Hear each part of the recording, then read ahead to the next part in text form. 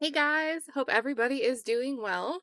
It's Tuesday, and if you were paying attention to the motion hearing last week for YSL Trial 2, that's what we're going to call it, we had some deadlines on Monday, right? The state had some homework, the defense attorneys had some homework. So far, the only filings I see are from the three defendants, and they're all motions in limine. So we're going to look at some of the things that these three defendants are moving to exclude from the trial, or at least limit in some capacity. They're all short motions, right? We're not getting the long monologues, the Brian Steele monologues.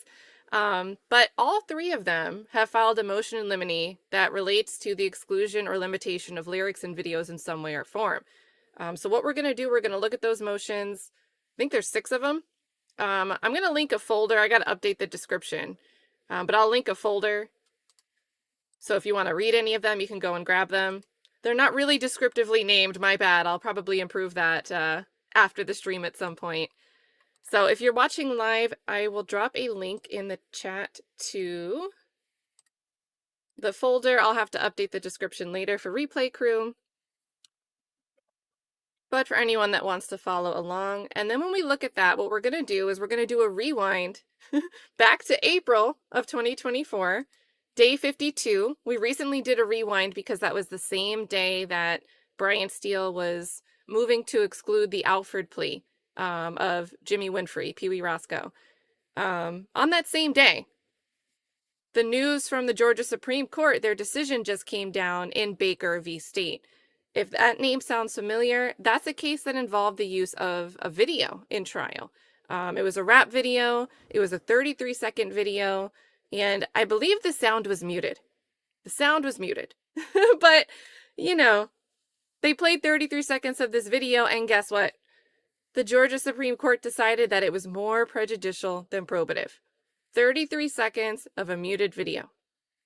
So after that opinion came down, Brian Steele very quickly made an argument in front of Judge Glanville like, hello, case law, new case law. What are we doing with all these lyrics in this case? So we're going to do a rewind and watch that day of these arguments. I think you guys will enjoy it. So let's do these motions first. Let's say hey to everyone as well. Good to see you guys. It's weird doing these like sporadic kind of, hey, there's a little bit of a 2-page, 3-page, 4-page motion. So we'll do it live. It's different than meeting every day. So hey to Shamina, who's here first.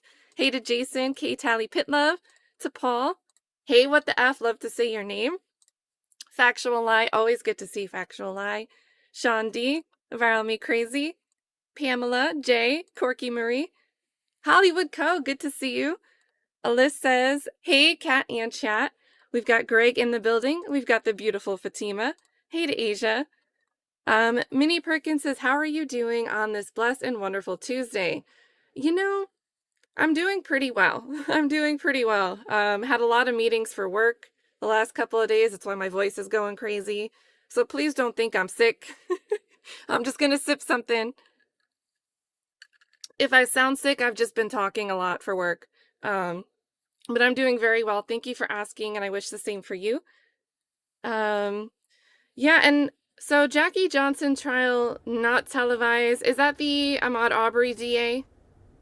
I know that's, you know, supposed to be happening today, but I forget. Is Jackie Johnson her name? Kathy Roussan mentioned, this is why I'm like thinking of it. I saw her tweet today that Law and Crime wasn't streaming it, but she believed that a local station was going to be streaming that. So maybe there's like some local channel in the nook and cranny of YouTube that's got a stream. Hey to Mary. And good morning again to everyone. We're going to get into these motions. It's good to see everybody. Let's start. This is the first one I have on my screen. 3 of them will relate to lyrics. So if it seems to overlap, we're going to read them anyway because they're short. And I kind of want to get to know the attorney style, right? These are going to be written by the attorneys for each individual defendant, and we don't really know them that well yet. Additionally, real quick, dates of interest. Judge Whitaker set the trial tentatively for March 3rd, right? So if you're interested in paying attention to YSL Trial 2, March 3rd, we'll be streaming those all day. So mark your calendars. I don't really think that that's going to change because Whitaker seems like she wants to get that trial done in time for one of the defense attorneys who has a calendar conflict starting on April 21st. So I don't know. If this trial could start on March 3rd and end by April 21st, would anybody be mad? Would anybody be mad? But I'm not sure if we can see that playing out. And then let's see. What else did we have? I think there was one more pretrial conference on February 7th. I think it starts in the morning. I think it's like 9:30. So February 7th is another date. If they stream that, we could go live that day. So that's all the housekeeping, you guys. Let's see what Demikian Garlington has for us. Again, these were all filed today. It's penned by Thomas Mondelli. And he says, comes now defendant Demikian Garlington and files this motion in limine to exclude the introduction of all rap videos and rap lyrics that purportedly include Mr. Garlington or refers to him from the evidence in the trial of this case. Exclusion of the evidence is supported both on constitutional grounds, but also based on the development of Georgia case law following the indictment in this case. So the indictment was 2022, but the Supreme Court of Georgia, their opinion in Baker v. State, with that 33-second video being more prejudicial than probative, that came down in April of 2024. So there's no citation here in this motion, but I'm guessing that's at least one piece of case law that they're referring to. Accordingly, this motion should be granted. In support of this motion, Mr. Garlington shows the court as follows. On August 5th, 2022, the grand jury indicted Mr. Garlington and his co-defendants with multiple felony counts. The indictment in this case was based, in part, on the evaluation of video recordings of the defendants, including Mr. Garlington, performing in rap videos or otherwise singing rap lyrics. Mr. Garlington submits that the state intends to introduce these recordings and lyrics at trial as evidence of the defendant's participation in an illegal criminal enterprise, as well as their respective participation in various felony criminal predicate acts. Now, what's interesting here is the wording, right? Including Mr. Garlington performing in rap videos or otherwise singing rap lyrics. So I would say that this argument is encompassing, we saw a lot of these like Snapchat and Instagram stories, like these vertical videos, casually recorded, posted up line on one of those 24 stories, whatever apps, right? I would say that Mr. Mondelli is also making an argument. Stop introducing videos of these people lip syncing or doing whatever on social media. So it doesn't need to be his rap video or something that was published somewhere. Let's see. Rap music and lyrics are well-established forms of artistic expression, and as such are protected under the 1st and 14th Amendments of the United States Constitution, as well as Article 1, Section 1, Paragraph 5 of the Georgia Constitution of 1983. The use of such videos and lyrics by the state in the prosecution of Mr. Garlington, and by extension his co-defendants, is improper and a violation of the Mr. Garlington. A violation of the Mr. Garlington's constitutional rights. Furthermore, since the filing of the indictment, the Georgia Supreme Court held that the introduction of such evidence constitutes impermissible character evidence. Here we go, here's our Baker v. State. As it suggests propensity for criminal conduct that cannot be supported by constitutionally protected artistic expression. So there we're getting our citation to Baker v. State with that whopper 2024, right? So again, we're now in 2025. This was several months ago, like 9 months ago already that this came down. But it's something that came down after the indictment. And the grand jury reviewed things like lyrics and the music videos, and I believe some social media videos, in making their decision to indict, right? So it's important to cite here. Based on the foregoing, this court should not permit the state to introduce the aforementioned videos and lyrics into evidence in this case. Such evidence would violate Mr. Garlington's constitutional rights and deny him a fair trial, as the purported evidence would only serve to confuse and potentially inflame the passions of the jury. Wherefore, Mr. Garlington respectfully requests that this court, following all argument on this issue, enter an order granting this motion to exclude these recordings and lyrics from the trial of this case. So I'm wondering, the state gets some time to respond. I wonder if they'll respond quickly because I don't see any motions filed from them yesterday. but maybe we'll get to see some oral arguments on these issues on February 7th. Maybe. And that was the end of this one. Right, so let's go back to this monster. We've got like 6 of them. So we're done with Garlingtons. Let's do McMullins, and then we'll do Eppinger's 4 motions all at once. So we'll do this one next. New tab. And again, I've got to update the description. I think it's only the Garlington motion that we just read in the description, but I'll drop a link to the folder in the description when I'm not multitasking, because I'm not very good at that. But I will edit it as soon as the stream is done. Or I'll do it while we're watching the Day 52 rewind where Brian Steel and Max Schard are arguing this in front of Glanville. I'll get my T's crossed and I's dotted. So for the chat, if you're here watching live, here's the folder if you want to read along.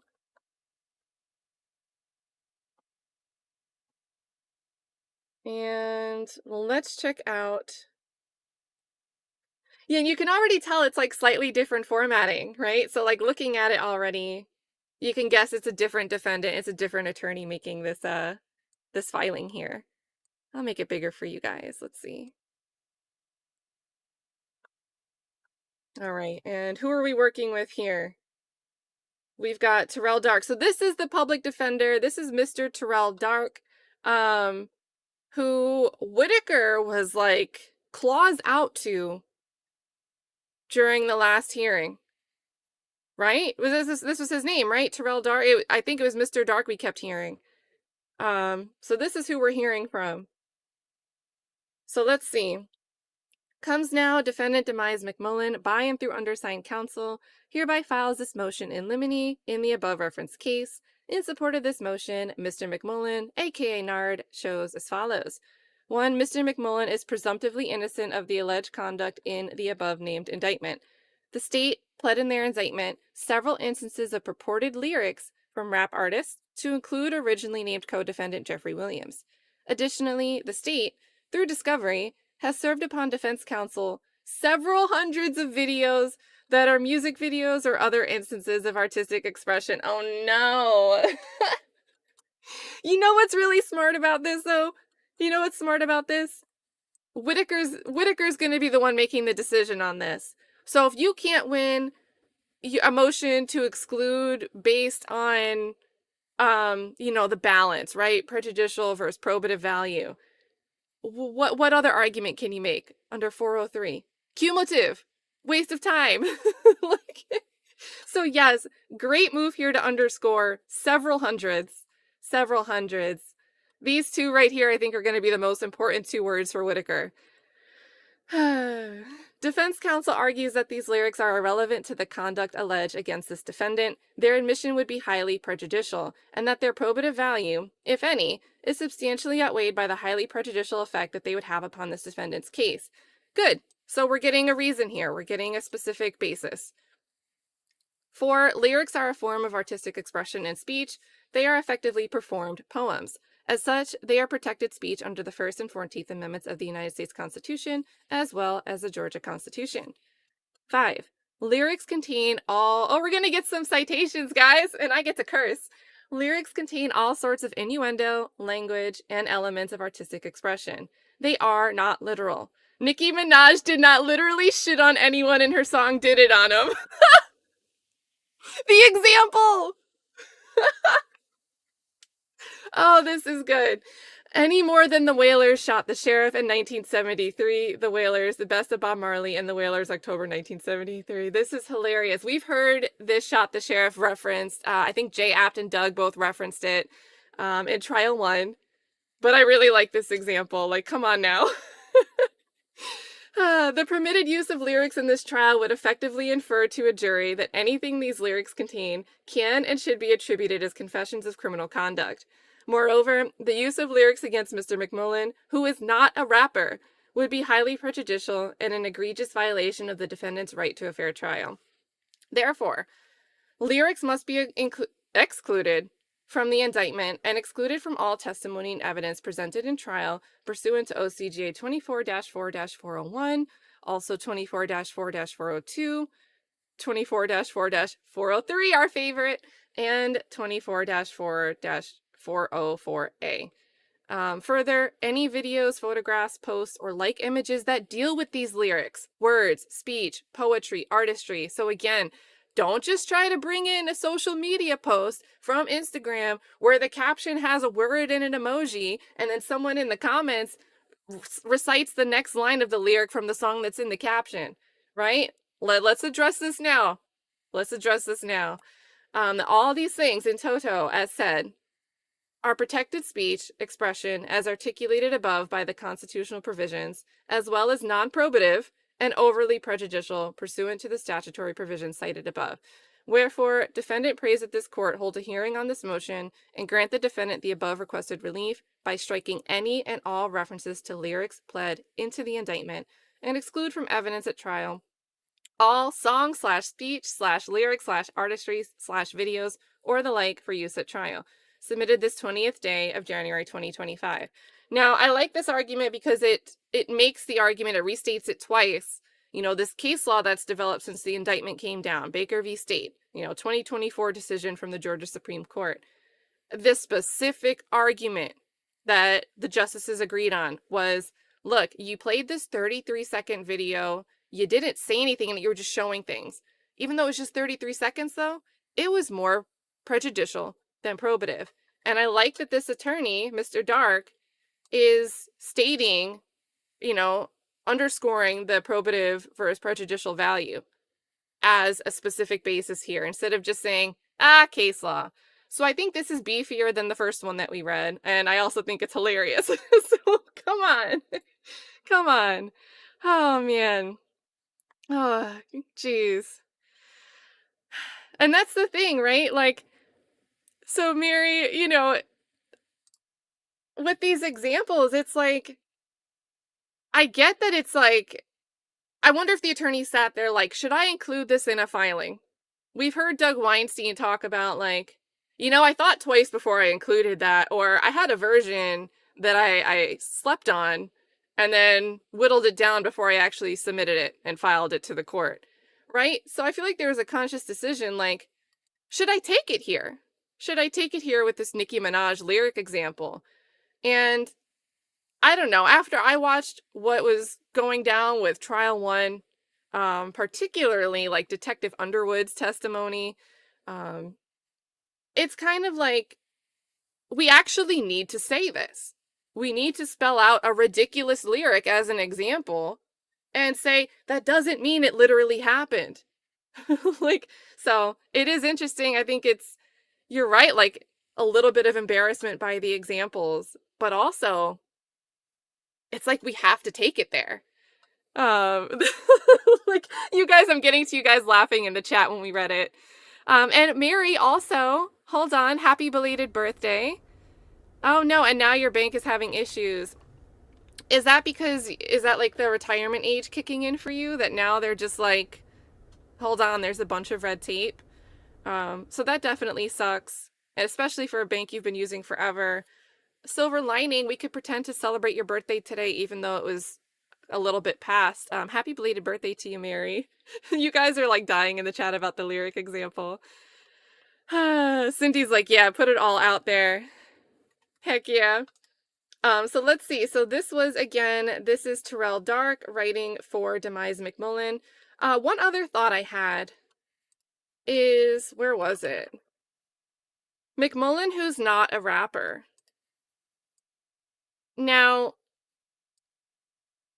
one of the defenses that we saw for Diamante Kendrick, for Shannon Stillwell, for obviously Jeffrey Williams, they're a rapper and the things that they're doing are to promote their brand. It's for expression.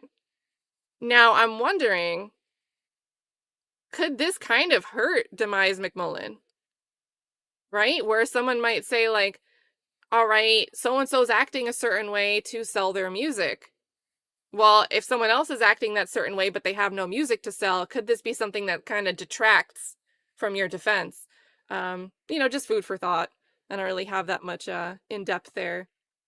So that wraps it up for the Demikian Garlington and Demise McMullen motions on music videos lyrics, pictures and social media posts that may involve some reference to lyrics. We have 4 motions here from Eppinger. Let's do Eppinger's on lyrics first. We'll do all 3 motions on the lyrics kind of all together. Let's get that open.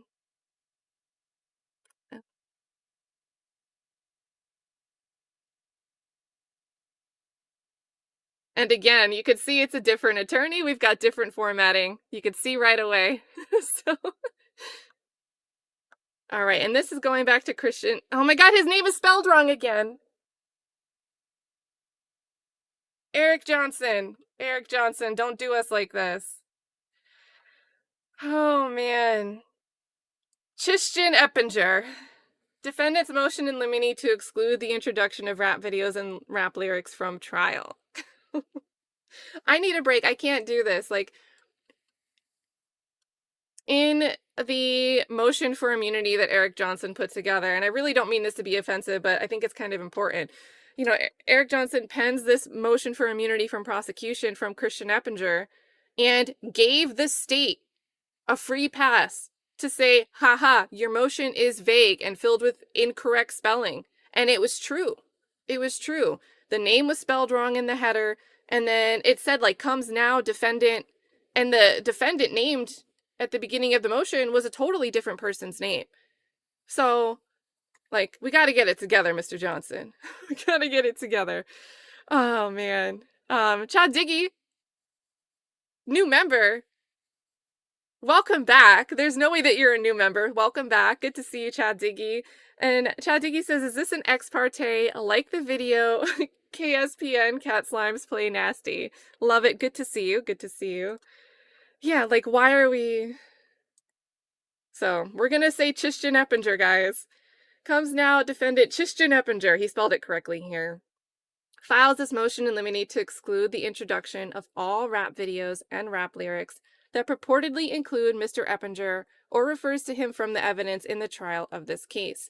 Exclusion of this evidence is supported both on constitutional grounds, but also on the based on the development of Georgia case law following the indictment in this case. Accordingly, this motion should be granted. In support of this motion, Mr. Eppinger shows the court as follows. 1. Mr. Eppinger is presumed innocent of the charges in the above-named indictment. 2. On August 5th, 2022, the grand jury indicted Mr. Eppinger and his co-defendants with multiple felony counts. The indictment in this case was based, in part, on the evaluation of video recordings of the defendants, including Mr. Eppinger, performing in rap videos or otherwise singing rap lyrics. So this is mimicking the same language in one of the previous motions we just looked at. The state pled in the redacted indictment served upon defense counsel on January 20th, 2025, several instances of purported lyrics from rap artists to include originally named co-defendant Jeffrey Williams. So this is like a bit of deja vu. We kind of expected this. Additionally, the state, through discovery, has served upon defense counsel several hundreds of videos, which are music videos or otherwise instances of artistic expression where rap lyrics are cited or prominently displayed. Furthermore, since the filing of the indictment, the Georgia Supreme Court held that the introduction of such evidence constitutes impermissible character evidence as it suggests a propensity for criminal conduct that cannot be supported by constitutionally protected artistic expression. So there's that Baker v. State site. Mr. Eppinger submits that the state intends to introduce these recordings and lyrics at trial as evidence of the defendant's participation in an illegal criminal enterprise, as well as his respective participation in various felony criminal predicate acts. Lyrics are a form of artistic expression and speech. Lyrics are effectively performed poems. So we're getting this, template copy pasta. As such, lyrics are protected speech under the First and 14th Amendments of the United States Constitution, as well as the Georgia Constitution.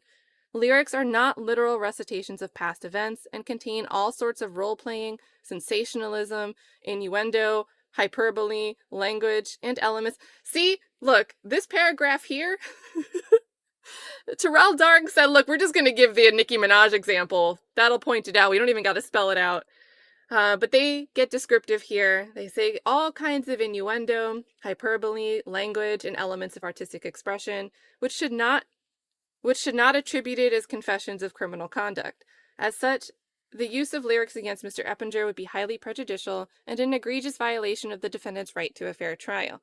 Defense counsel argues that these lyrics are irrelevant to the conduct alleged against the defendant, are highly prejudicial, and that their probative value, if any, is substantially outweighed by the highly prejudicial effect that they would have upon this defendant's case. And again, like, they're relying on this newly developed case law, this Baker v. State decision that came down in April 2022, and the justices there were like, it was prejudicial way more than it was probative, so it's good to hone in on this specific basis. 9, we're back here.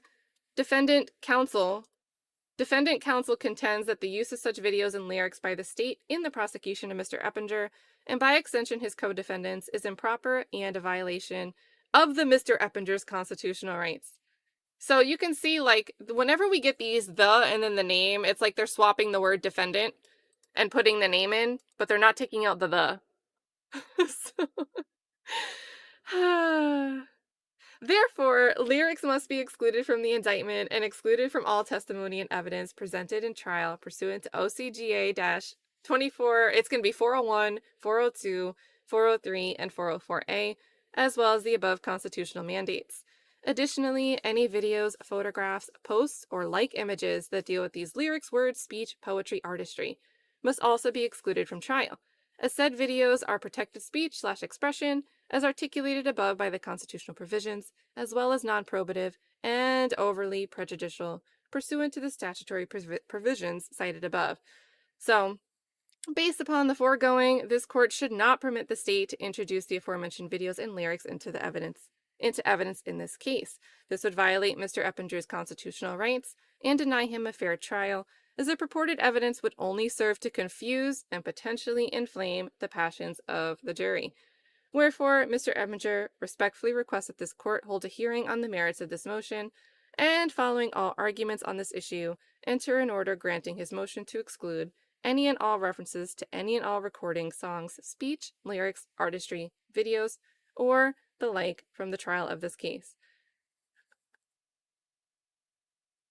Has anyone seen this before? Like a reminder that, hey, there's another page. Signature page follows.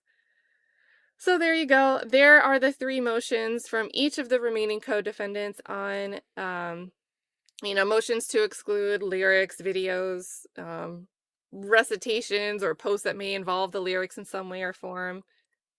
Similar arguments throughout all of them. And again, they're going to make this argument relying on the Baker v. State decision. And we're going to watch day 52 of YSL Trial 1, where Brian Steele argues the same thing in front of Glanville right after that decision came down.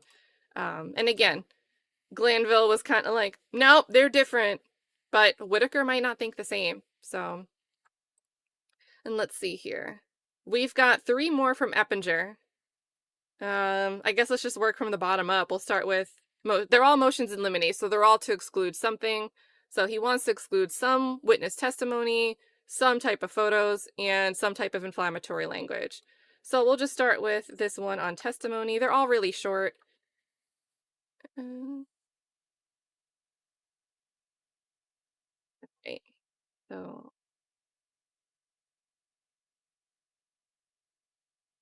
close some of these tabs I have open. Oh my god, no. No, look at the name again. Look at the name again. State of Georgia v. Chishton Eppinger.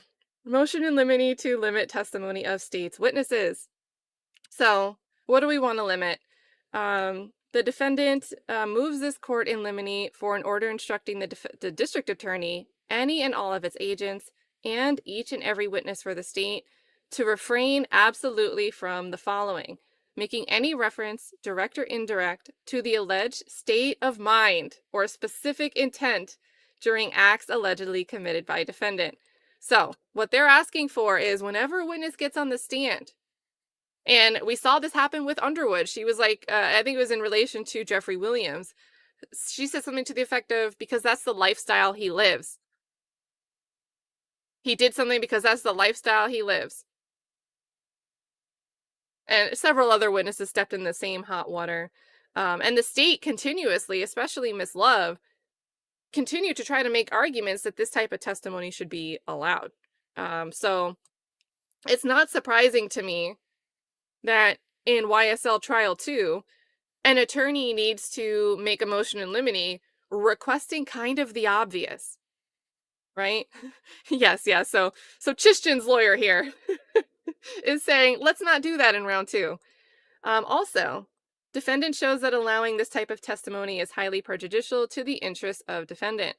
Making any reference, direct or indirect, to any allegedly purported statements of any and or all of the co-defendants to law enforcement against the defendants believes the state will attempt to introduce into evidence in the trial of defendant. Making any reference, direct or indirect, to any allegedly purported statements of any co-defendant to any other witness that defendant believes the state will attempt to introduce into evidence in the trial of the defendant.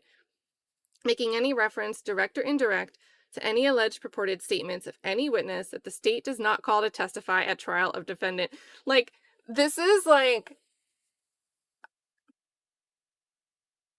if this was another trial and we didn't see what happened in trial 1, I could see like an attorney on the other side responding that this is like a waste of the court's time and resources.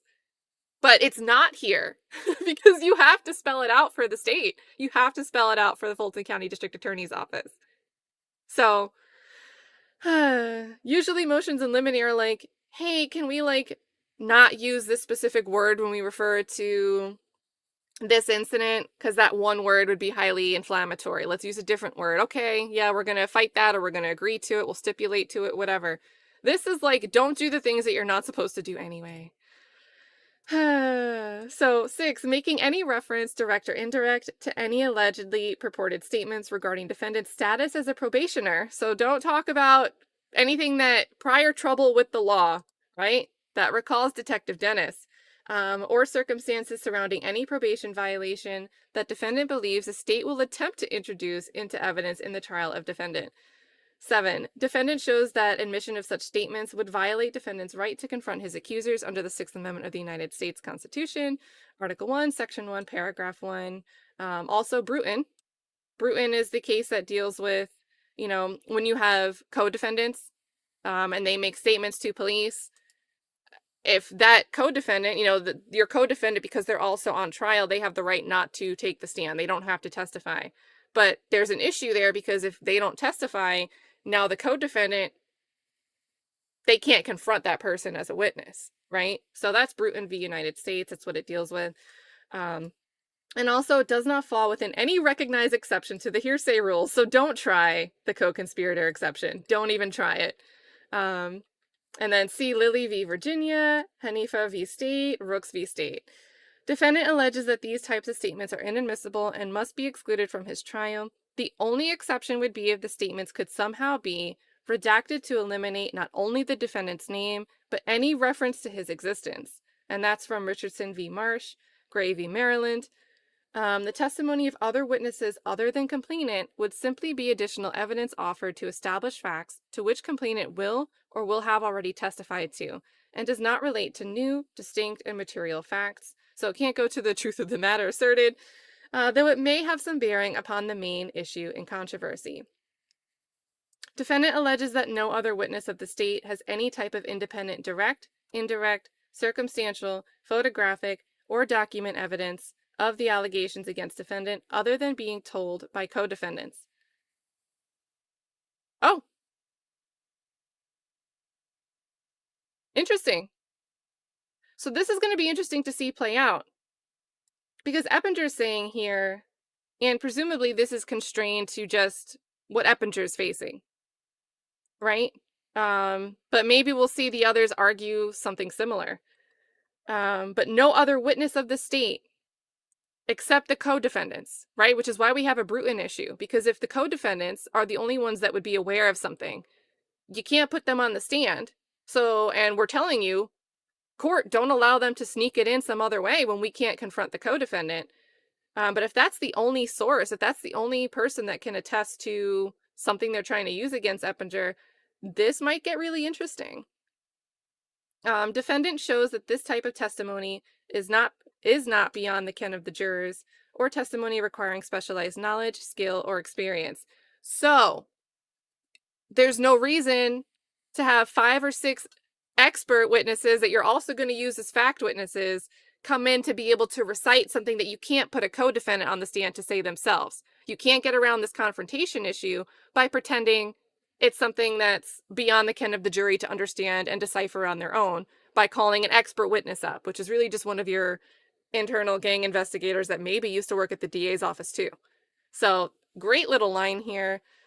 Allowing any witness to testify as to these matters is highly inappropriate and prejudicial to defendant because the probative worth or value of such testimony is substantially outweighed by its tendency to confuse the issues and prejudice the jury. Defendant contends that the only viable remedy consistent with the Bruton v. United States line of cases and the Confrontation Clause is exclusion of the subject statements and any reference to them at trial. Allowing any witness to testify as to these matters is highly inappropriate and prejudicial to the defendant because the probative worth or value of such testimony is substantially outweighed by its tendency to confuse the issues and prejudice the jury. Wherefore, the defendant respectfully requests the court inquire into and consider the motion in limine prior to the trial of the instant case. 2. Sustain this motion in limine. 3. That the district attorney, his agents, and all his agents... template copywriting, guys. And all witnesses be prohibited from testifying to any allegedly purported statements of the co-defendant to law enforcement agents. 4. That the defendant receives such other and further relief as may be met just as may be meet, just, and proper, given the totality of the circumstance after counsel has been heard. Eric Johnson. So, all right, I know I'm like, oh God, they wrote Christian instead of Christian again. But I do appreciate the arguments made here. I think this is actually pretty spicy for the state. This is line by line. Don't try that this time. Don't try that this time. Don't try that this time. Court, don't allow them to even try that this time.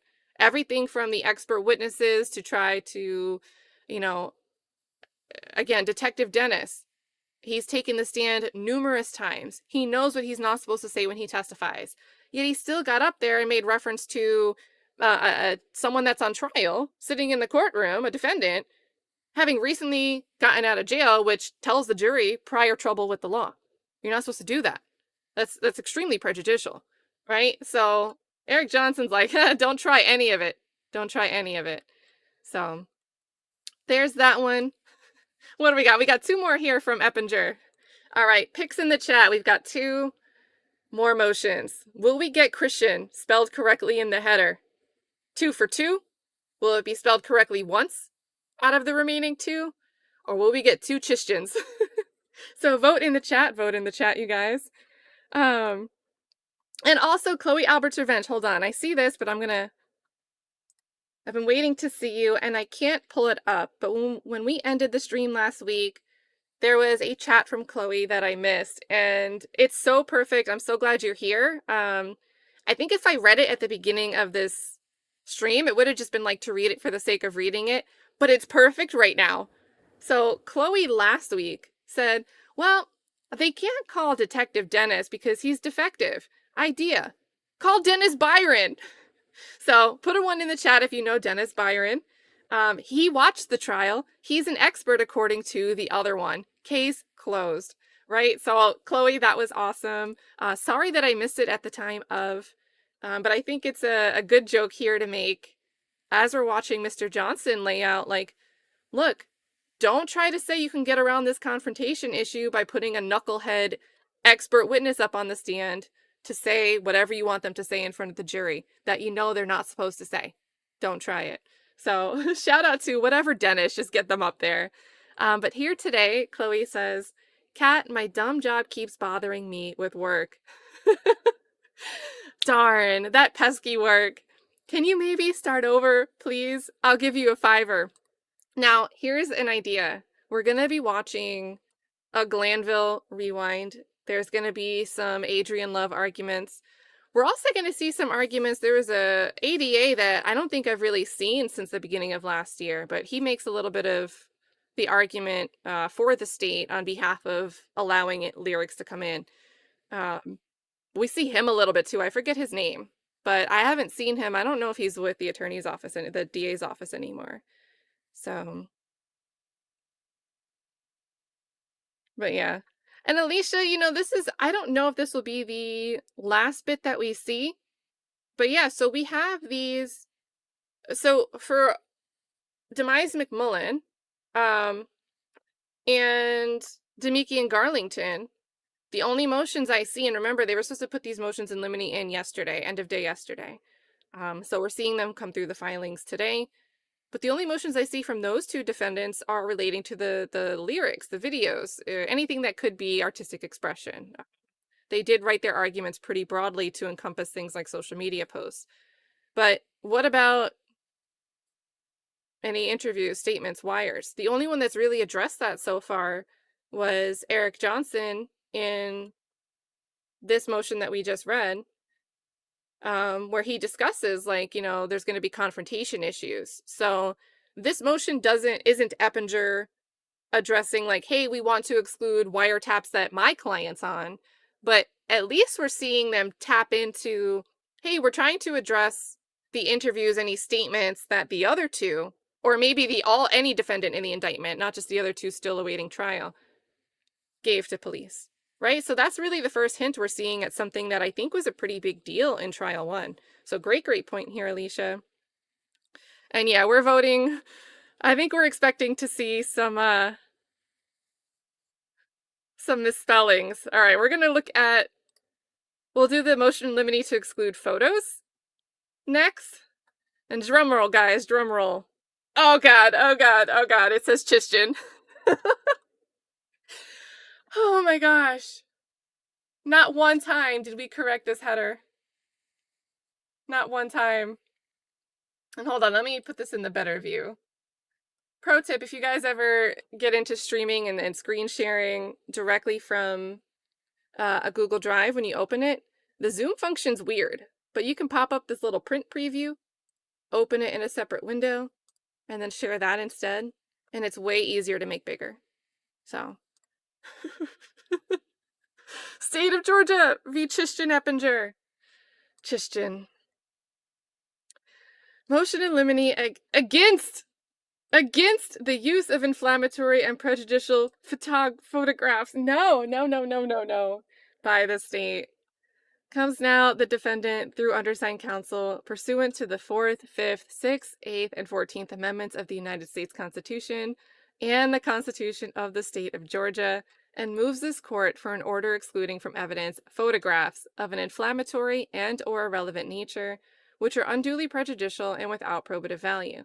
And in support, shows as follows. Yeah, at least they're consistent.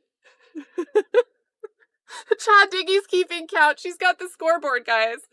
She says Chistin is leading by a landslide. It's 3-0. 3-0. Oh my gosh. Jason's sending an email. Yeah, and clearly nobody proofreads.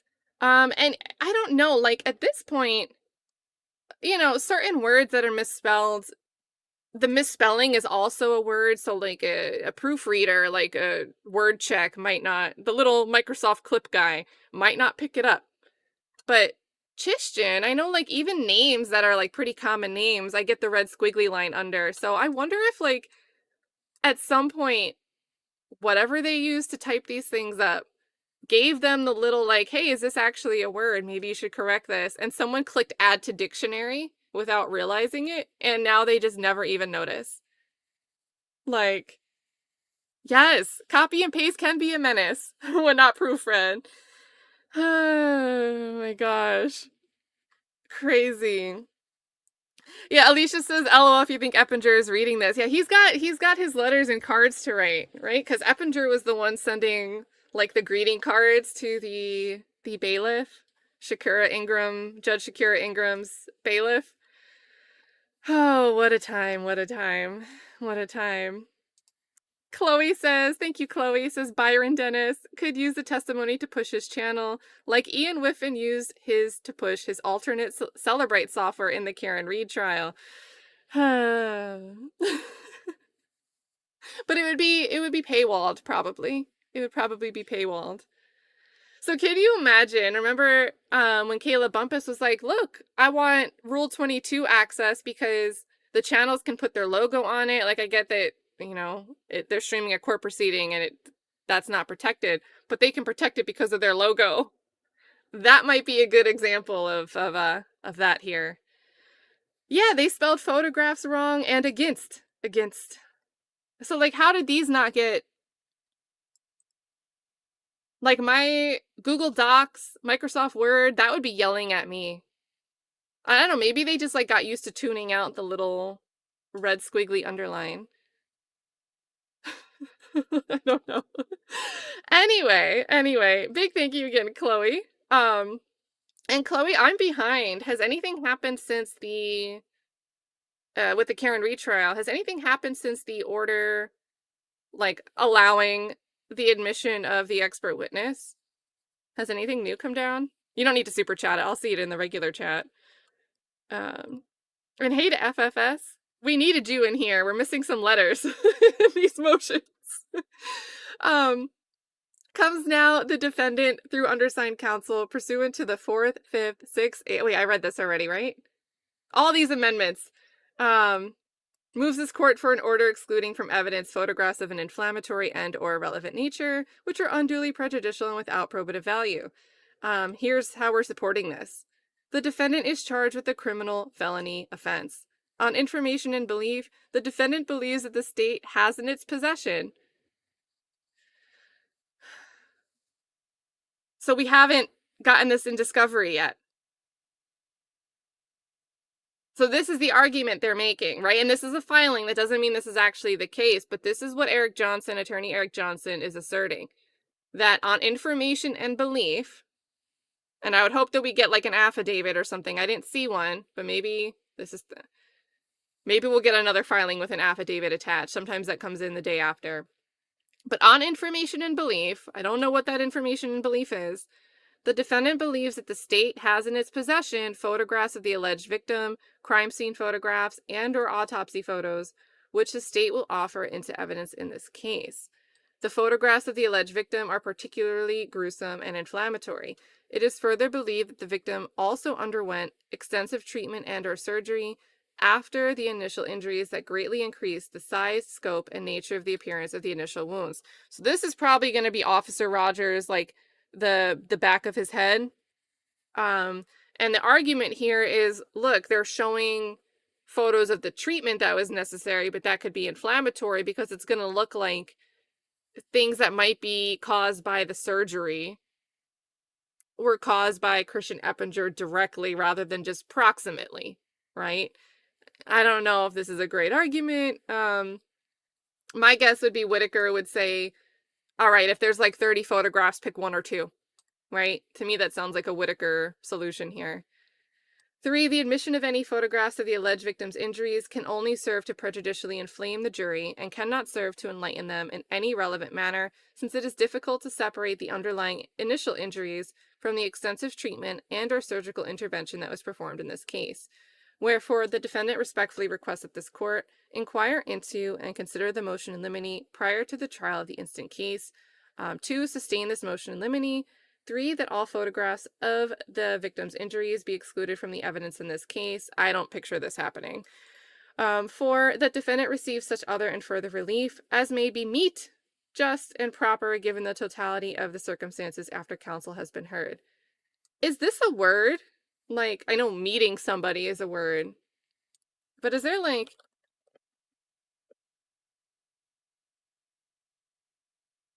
Like, that's the second time I've seen it.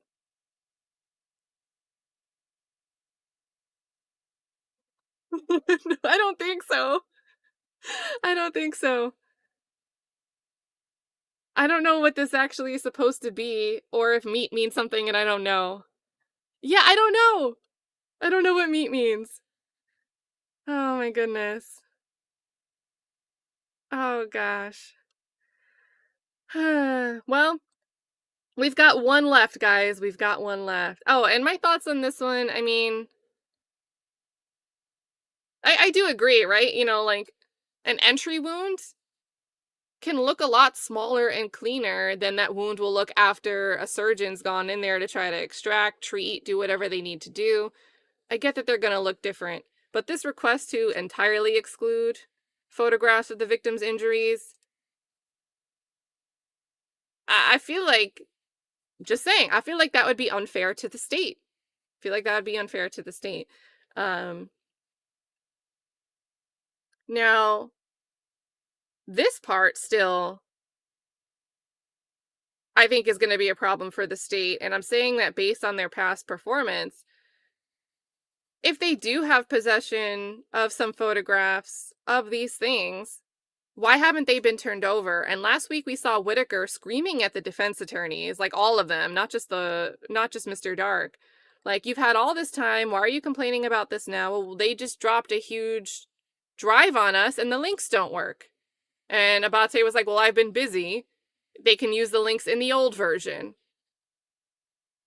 So I think if there is information and belief, and Whitaker at least has it in the back of her mind, I don't think Whitaker will just dismiss this. I hope she probes at the state, like, do you have anything that you haven't turned over in 2025 when we're finally about to take this to trial after you've had a whole trial, right? So I think this is a problem, and I feel like there might be some there, but we'll have to wait and see.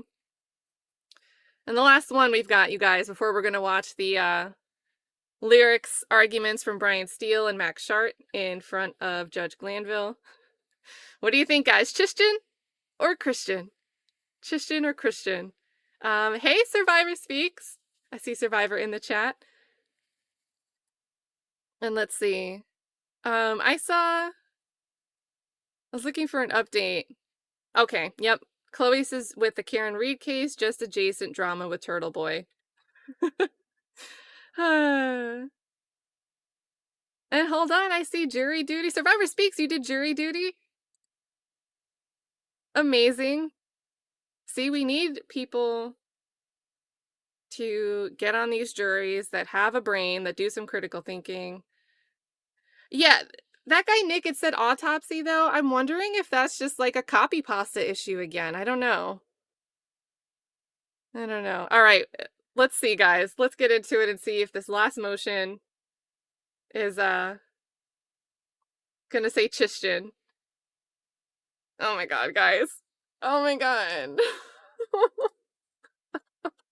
Stop it. Stop it. And against. Oh my goodness. All right, we're just gonna read it. We're just gonna read it, guys. We're gonna get through it. State of Georgia v. Christian Eppinger. We need Chad Dickey with the scoreboard. Motion in limine against the use of inflammatory and prejudicial language by the state. Comes now the above-named defendant. Who? Christian? By and through his undersigned attorney, moves this court in limine for an order instructing the district attorney, any and all of its agents, and each and every witness for the state to refrain absolutely from the following. So anyone that gets up on the stand or the state in front of the jury, like, the jury should not be able to hear these things. This is what we're moving for. 1, making any reference, direct or indirect, to any potential witness as victim. Yep, so this is the example I was referring to earlier. So basically, if you put Officer Rogers on the stand, or maybe if they call the witness from the robbery, either and don't refer to them as the victim. So, defendant shows that these terms are highly inappropriate and prejudicial, and that the legal conclusion of whether an individual is a victim of a crime is a question for the determination of the jury. Making any reference, direct or indirect, to any of defendant's acts or omissions as a crime or a criminal act. Defendant shows that these terms are highly inappropriate and prejudicial, and that the legal conclusion of whether a crime has occurred is a question for the determination of the jury. And this is good, I feel like a lay witness wouldn't get up there and talk about, we decided to pursue Christian Eppinger when he was walking through the apartments, because we had a bolo out, because we believed he was a suspect for a crime we were investigating, right? You're putting an officer on the stand who's more likely to use this type of language. So it's got to be spelled out explicitly, like, court, we've got to limit that because it's going to be prejudicial. So wherefore, the defendant respectfully requests this court inquire and consider this, sustain this motion, that the district attorney, his agents, and all witnesses be prohibited from making any reference whatsoever to the terms victims or any other terms constituting legal conclusions in regards to the defendant. 4, that defendant receives such other and further relief as may be meet, justice, and proper, given the totality of the circumstances after counsel's been heard. So there we go. There is our motion in limine wrap up, at least for now. Maybe somebody will have some late filings. If the state responds, we can look at those. I do think we'll see some of these issues argued at the hearing on February 7th. That's going to be at 9:30 in the morning. So mark your calendars. We'll do a live. Yeah, like someone just do like a basic review. Just give them to us to read first, which they're not supposed to do that, guys. But just jokingly, like, we'll proofread it for you. We'll proofread it for you. Yeah, right? Corky Marie, Your Honor, Christian is the one responsible, not my client Christian. Like, holy moly. Crazy. Okay, yeah, guys, when we end this up, we're gonna watch Steel. It's gonna be, we'll speed it up. It was like an hour, but we'll watch it on like 1.25 or 1.5. And then we'll go hang out with Survivor Speaks, who's been killing it over here on YouTube. It's been fun hanging out over there. I see your chat has been booming. So we'll redirect over there after we get through a throwback to Brian Steele and a little bit of Schardt. Yeah, hopefully, Sirach, that maybe the his is referring to a body. Maybe. And the incorrect part would just be the district attorney and not, they should be saying the agent. So, I don't know. You guys. Like, there's a lot. And again, I think it was a pretty big deal. The state had the opportunity and they took it to write a scathing response to Christian Eppinger's motion for immunity from prosecution because it had all these errors. I mean, they gave a completely different person's name on that first line where it says, comes now the defendant blank blank. It wasn't even Christian with like a one letter missing. It was a totally different name, like Aaron something. Like, so, and they're like, haha, vague and error laden. And it was true. The state got to land it. You let the state get a win. So, okay, wait, I'm a little bit ahead. And again, guys, so we're going to be going back to day 52 to rewatch this. Not really a motions in limine trials already happening, and some of the lyrics had already been introduced at the beginning of the trial. We're on day 52 here. But we're going to hear arguments that Brian Steele is making and Max Schard relying on the new case law that developed when the Baker v. State decision came down from the Georgia Supreme Court. So really good day to rewatch. It's linked in the description if you want to watch it at normal speed. Sorry, since we're doing this kind of like, it's not a live trial day, we are going to speed it up a little bit, but I understand it's easier for people to watch one speed with no speed ups. So the link to this day from Law and Crime is in the description if you want to watch it on your own. But I always love when you look back at a Glanville day, if you can see the little preview screen on the YouTube screen. The lyrics were. Look at how much seal time, Georgia seal time there is on I'm blocking it. Let me move myself up. Like all of this dead time. This was like a 6.5 hour day. We get these arguments on the lyrics. And then they take a recess. They take this recess here. And then the feed is out for a long time. It comes back. Glanville has his decision. We go back to the seal. We get him back a little bit. We get a little bit of argument about Jimmy Winfrey's prior. And Adrian Love trying to introduce late evidence again. And then we have like the end of the day is the seal again. So it's always interesting to see the Glanville time management. But right at the beginning, I think, is where we get what we're interested in today, right? This argument failed in trial 1, but it was a different judge. It was Judge Glanville, and the case law developed in the middle of trial, and uniquely with the day 52 of a trial, you had lyrics in the case already. I mean, how do you reconcile that mid-trial? It's different circumstances for trial 2, so I don't know if Whitaker will decide something different. If 1.5 is too fast, you guys let me know. We'll go down to 1.25. We'll get some captions going. Also, FFS says, call Dennis the Menace. FFS wants chaos back on the stand. Oh my gosh. I mean, for entertainment's sake, that'd be great. If I was the defendant, and the trial was 100 and something days long, I think Detective Dennis, like, seeing all this stuff on the stand would be beneficial to me as a defendant. The jurors that spoke out kind of alluded that they made the same conclusion. But with a shorter trial, it's new defendants. I don't really know if I'd want to take that risk of putting someone up there that could look bad for the state, but is also willing or sloppy enough to say things that would be very prejudicial to me on the stand in front of the jury. I don't know. I think that's a risky decision here, especially if it's only going to happen once. When it happens 6 times and makes the state look bad, I think that ends up helping the defendant. But I don't know. But it would be hilarious, and I don't know if he can get back up there. I think Whitaker would be like, no.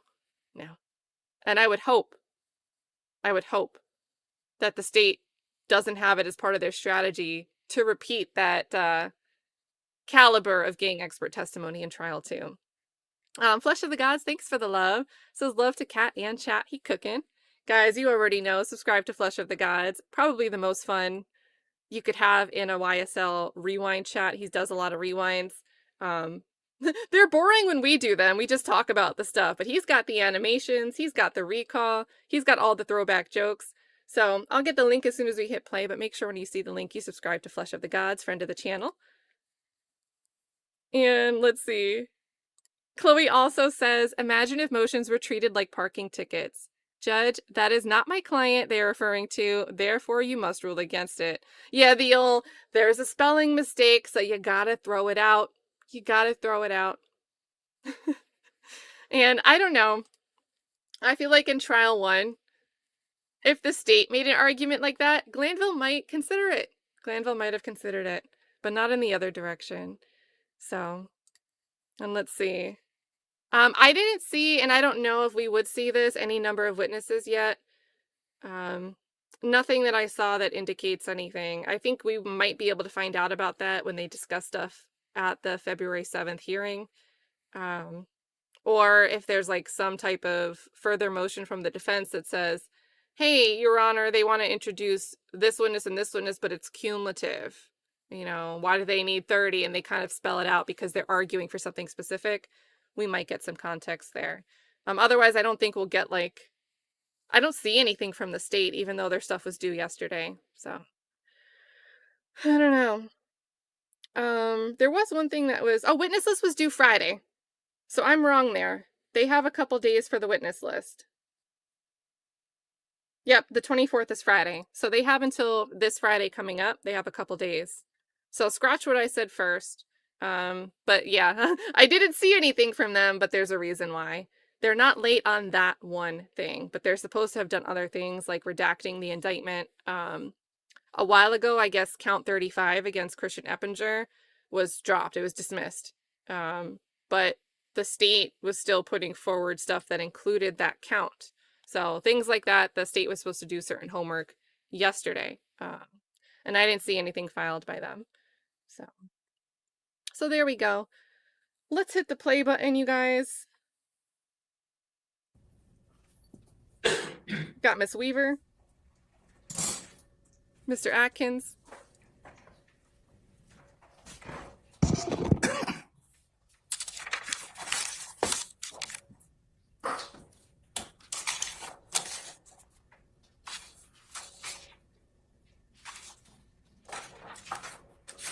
Muted. But do you guys remember this guy? I think he disappeared after this point in time.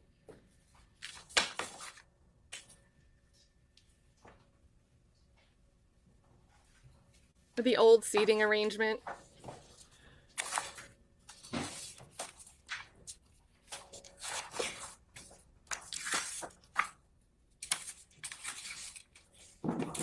Right, the caption said a word, so I thought they were going to talk here, but let's jump up to Steel at the podium.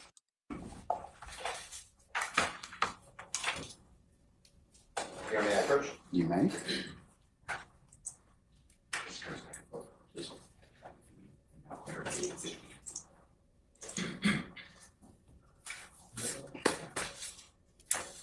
Now it is.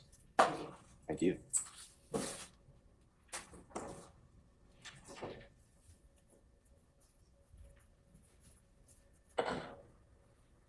Okay, Your Honor, thank you so much and good morning. Honorable Court, good morning to everyone. I did file what the court has already announced, and I appreciate the court's time to consider the Baker case. In the Baker case, Your Honor, I know you've read it, heard what you just said. I focus then on the fact that Baker was not a gang case, not a RICO case, not a conspiracy case. A RICO conspiracy case, I understand that, but it did involve the playing of just a video, what was deemed by the Supreme Court of Georgia, a rap video, no lyrics, because the lyrics were not understandable. But the reason that I found it important to raise on behalf of Mr. Williams, our supplement to the motion in Limine number 2 motion to strike, filed on the 6th day of March 2024, the day after Baker was decided, was that the highest court, and it's a 7-2 opinion in Baker, really took to task the use of a video, just the images. The video was, and I'm quoting from Baker, the video was glorifying violence and gun violence and a sort of street life glamorizing it. And then I go to footnote 16, and I've given the Honorable District Attorney already a copy, and I've given this Honorable Court and the Honorable Mr. Kearns a copy of the 3 cases that are in footnote 16, where the Supreme Court of Georgia wrote, we note that the probative value of the rap music video was further diminished by the state's failure to present any evidence that Baker's performance of Crawford's rap song was not wholly theatric. And then they cite the United States versus Gamory, Gamory, which I'll get to, Your Honor, and they write, explaining that a rap music, they being the Supreme Court of Georgia, explained that a rap video was minimally probative under Federal Rule 403 because there was no proof that the appellant authored the lyrics or that the views and values reflected in the video were in fact adopted or shared by the appellant. So I thought that was important because here the state is trying to introduce numerous lyrics and videos. Let's talk about that. Baker arguably involves the introduction of a video, which there's little nexus to what they're trying to prove. Could you discuss for me how that, in this particular case, the state has said, look, we're gonna tie this to some aspect of membership. Okay, we're gonna do it. Do you see Love like moving her head already, like excited that Glanville just cut in here? Like, she's still kind of blocked by the law and crime, but let me move this chat. There's little nexus to what they're trying to prove.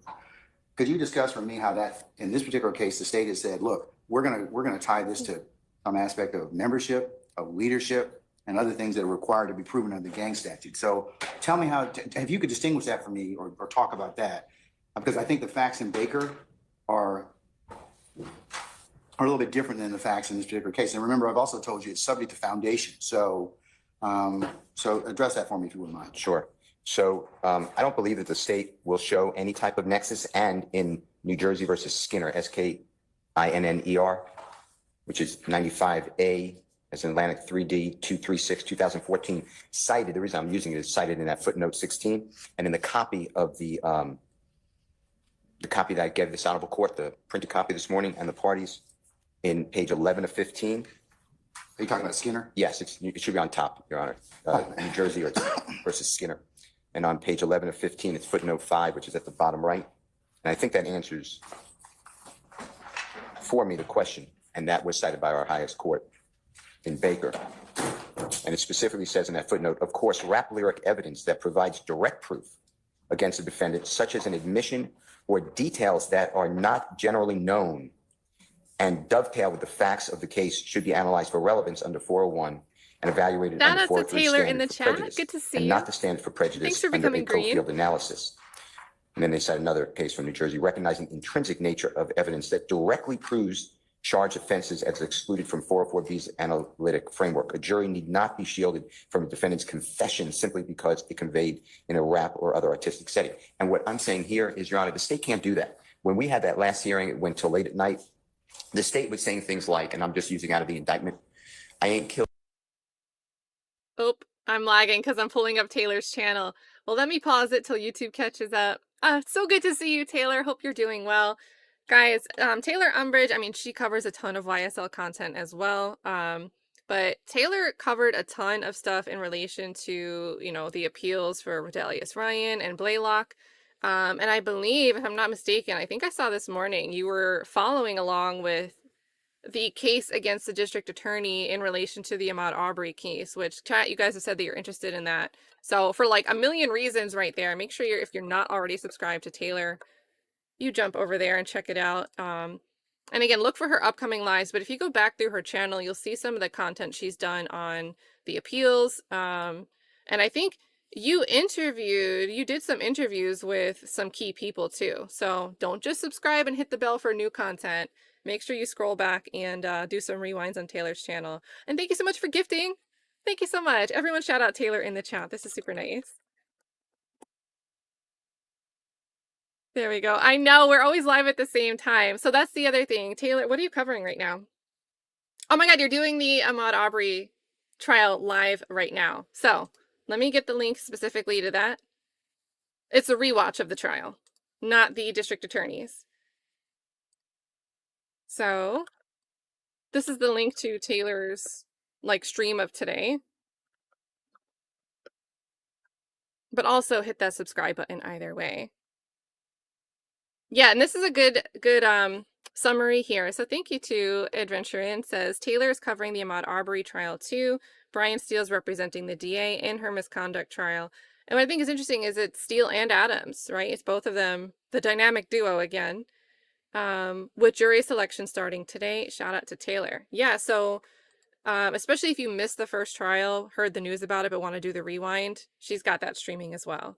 So big shout out to Taylor. Like seriously, guys, if you haven't checked out her channel, she's just got like a ton of content that you can go and fill your time with while YSL is slowed down. Appreciate you, Taylor. No body, but I had something to do with that body. They just said, there it is, Judge. That's what we're saying. We're saying that Mr. Williams' hands are always clean and he has other people kill for him because he's the leader. That lyric, first of all, is used in other songs, which I've mentioned to court previously. But in addition to that, that's not something that's unknown. There's no details. There's no nexus. This honorable court, to admit that, is just admitting the artistic work, doesn't know if it points to any type of killing. It just goes to propensity. And I believe under Baker, 403 analysis should shield it. So I hope that answers your question, but that's what Skinner says to me from New Jersey. That was cited by our highest court. In Commonwealth of Massachusetts versus Gray, which is another case I've given this honorable court and the parties. And it's on page 12. Oh, I'm sorry. It's 978 New England or New Northeast 2D, NE 2D 543 2012. On the opinion that I've given to this honorable court and the parties on page 12. Up 13? Yeah. Okay. On the left-hand side, the first full paragraph, it's in the center of 12. The video, I'm just reading what the court wrote from New Jersey. The video was produced at an unknown point in or before 2005 and was available on a commercial website promoting rap artists. The defendant did not write or perform the lyrics or produce the video, and it was not found in his possession. The lyrics show no connection to the defendant that would suggest that they were, biographical or otherwise indicative of his own motive or intent at the time of the shooting. Yet the video was admitted specifically as an asserted statement of gang allegiance by the defendant based on Sheehan's, which is Sheehan, possibly as voir dire testimony to its meaning. Even if the video had contained direct statements of the defendant's gang allegiance, we are not persuaded by the opinions of courts in other jurisdictions that view rap music lyrics not as art, but as ordinary speech, and have allowed their admission in evidence as literal statements of fact or intent without contextual information vital to a complete understanding of the evidence. And to answer your question, I hope I'm answering, but the state can't do that. They didn't proffer to you anything that would associate these lyrics with a certain crime. The closest they came is they told the court that trestle tree, that Jeffrey Williams said the word trestle tree, which is a section, a street where crimes were committed in this case. The fact that he is using trestle tree in a song certainly cannot be that he's somehow involved in that crime. In addition to that, the prosecution spent 4 months showing or trying to show that Mr. Williams is the leader of this gang. They have put on over objection Mr. Bean's recorded statement with Detective Quinn saying that Jeffrey Williams orders, he commands Mr. Murphy to do something. They put on Trontavious Stevens, who said inconsistently, but said Jeffrey Williams is a member of the gang. They put on that Jeffrey Williams is the slime, the big slime, King Slime, rather, excuse me. They put on Detective Belknap. They are going to use, over objection, Detective Gaither as a gang expert on YSL. They're going to use Detective Dennis as a gang expert on YSL. Over objection, they're going to use Investigator Vivarito as a gang expert on YSL. And all of them make, for certain, over objection, Mr. Williams the head of this supposed criminal organization. So why did the lyrics have any probative value if it's simply cumulative? I'm trying to answer your question, but my point is to use the art, to assume that that is statements that the state argued are confessions. That's what they said. These are confessions. They said that we didn't go out and find them. Mr. Williams, handed them to us. These are his inner workings of his mind. But it's an artistic industry that our courts now, for the first time, this is the first time in Georgia, our court has said in footnote 16, we got to be careful. And they cite to these cases that say you got to be careful.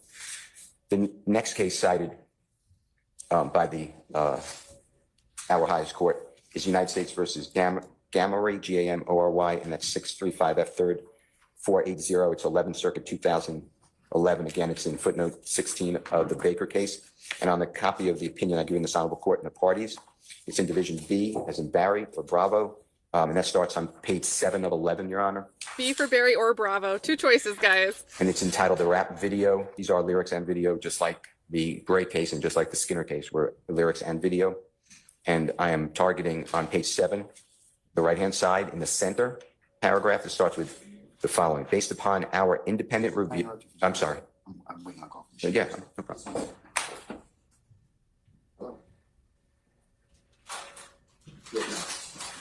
All right. Brian Steele just sitting there patiently. I don't know how long this was. Let's just fast forward to when we see Steele. Oh, we got Steel and Schardt ganging up over here. Let's jump and watch this little cut. Little fist bump there to Yak. Yeah, Alicia, good point that Steele's argument, does fit better for someone like Arlington, though, if he's in the videos anyway. 5 minutes back in, okay? Whatever you say. Yes, All sir. right, go right ahead, sir. In United States versus Gamory, and it's on page 7 of 11, Your Honor, on the right-hand side under the rap video. Starting in the center, the 11th Circuit wrote, based upon our independent review of the rap video and the totality of the record, we conclude that it was error under 403, Federal Rule of Evidence 403, to play this rap video to the jury. We recognize that the video could be construed to discuss Gamory in as much as the lyrics refer to JB, a white crib, a Range Rover, drugs, and hush money. And because the artist in the video, Tone Flora, F-L-O-W-A, wore a necklace with a JB insignia and was similar to cufflinks seized during. Hello, YouTube. It's because Love is here. We're getting the buffer, guys. The search of Gamory's residence, but the substance of the rap video was heavily prejudicial. The lyrics presented a substantial danger of unfair prejudice because they contained violence, profanity, sex, promiscuity, misogyny, and could reasonably be understood as promoting a violent and unlawful lifestyle. At the same time, the video was not clearly probative of Gamory's guilt. We cannot ignore the simple fact that Gamory was not in the video, neither was there any evidence that Gamory authored the lyrics or that the views and values reflected in the video were, in fact, adopted or shared by Gamory. We're also mindful of the fact that the government introduced the rap video at the end of its case after it had already presented significant evidence that Gamory was JB and he owned Hush Money Entertainment. These facts are not seriously contested at the time the video was introduced, and such evidence was therefore cumulative. In short, the probative value of the rap video was minimal at best. More importantly, substantially outweighed by the video's unfair prejudice. We have already said that Mr. Williams owns YSL. He is an entertainer. He goes by the performer's name, Young Thug. He associates with people that are unfortunately indicted. Some of them pled guilty, like Mr. Kendrick. They have done music together. Mr. Arnold, they've done music together. He pled. Mr. Kitchens, they've done music together. He has pled. the state just doesn't need it, and they don't have that connection. And again, going back to footnote 16 of Baker, Your Honor, the court wrote when discussing State versus Skinner, the difficulty in identifying probative value in fictional or other forms of artistic self-expressive endeavors is that one cannot presume that simply because the author has chosen to write about certain topics, he or she acted in accordance with those views. And all I believe is going to happen is you play those videos with those lyrics, or you have somebody say, here are the lyrics taken out of context, then the jurors will be horrified and be prejudiced, as was in Baker. That is pretty much my argument. I'm not changing anything I relied on. I heard what the Honorable Court said, and I did understand you to say that the state has to lay a proper foundation before they can admit any of these. But the foundation now, according to Baker, is really tied hard to specific facts and not just generalities. That is my argument. Okay, all right. Thank you, sir. Thank you, Your Honor. All right.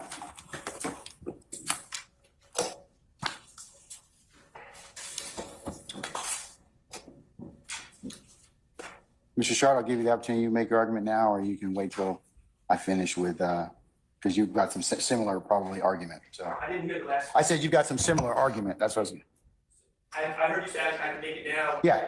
Okay. Yeah. Would you like me to make it now? Yes. Okay. So, Your Honor, just for clarification, I filed motions regarding two different pieces of Yeah, you have potential- a motion to.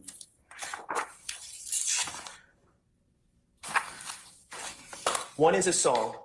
Yeah, one is similar to what Mr. Steele filed in terms of Baker, and then the other one was a motion in limine to strike regarding song lyrics. Right. I mean, both, Baker touches upon both. Okay. And Your Honor, what I'd like to do is, just so we're all clear, these last less than a minute, if I could just publish them to Your Honor so we can see exactly what we're talking about. Mr. Weinstein, if you'd help me out. Either one is fine first.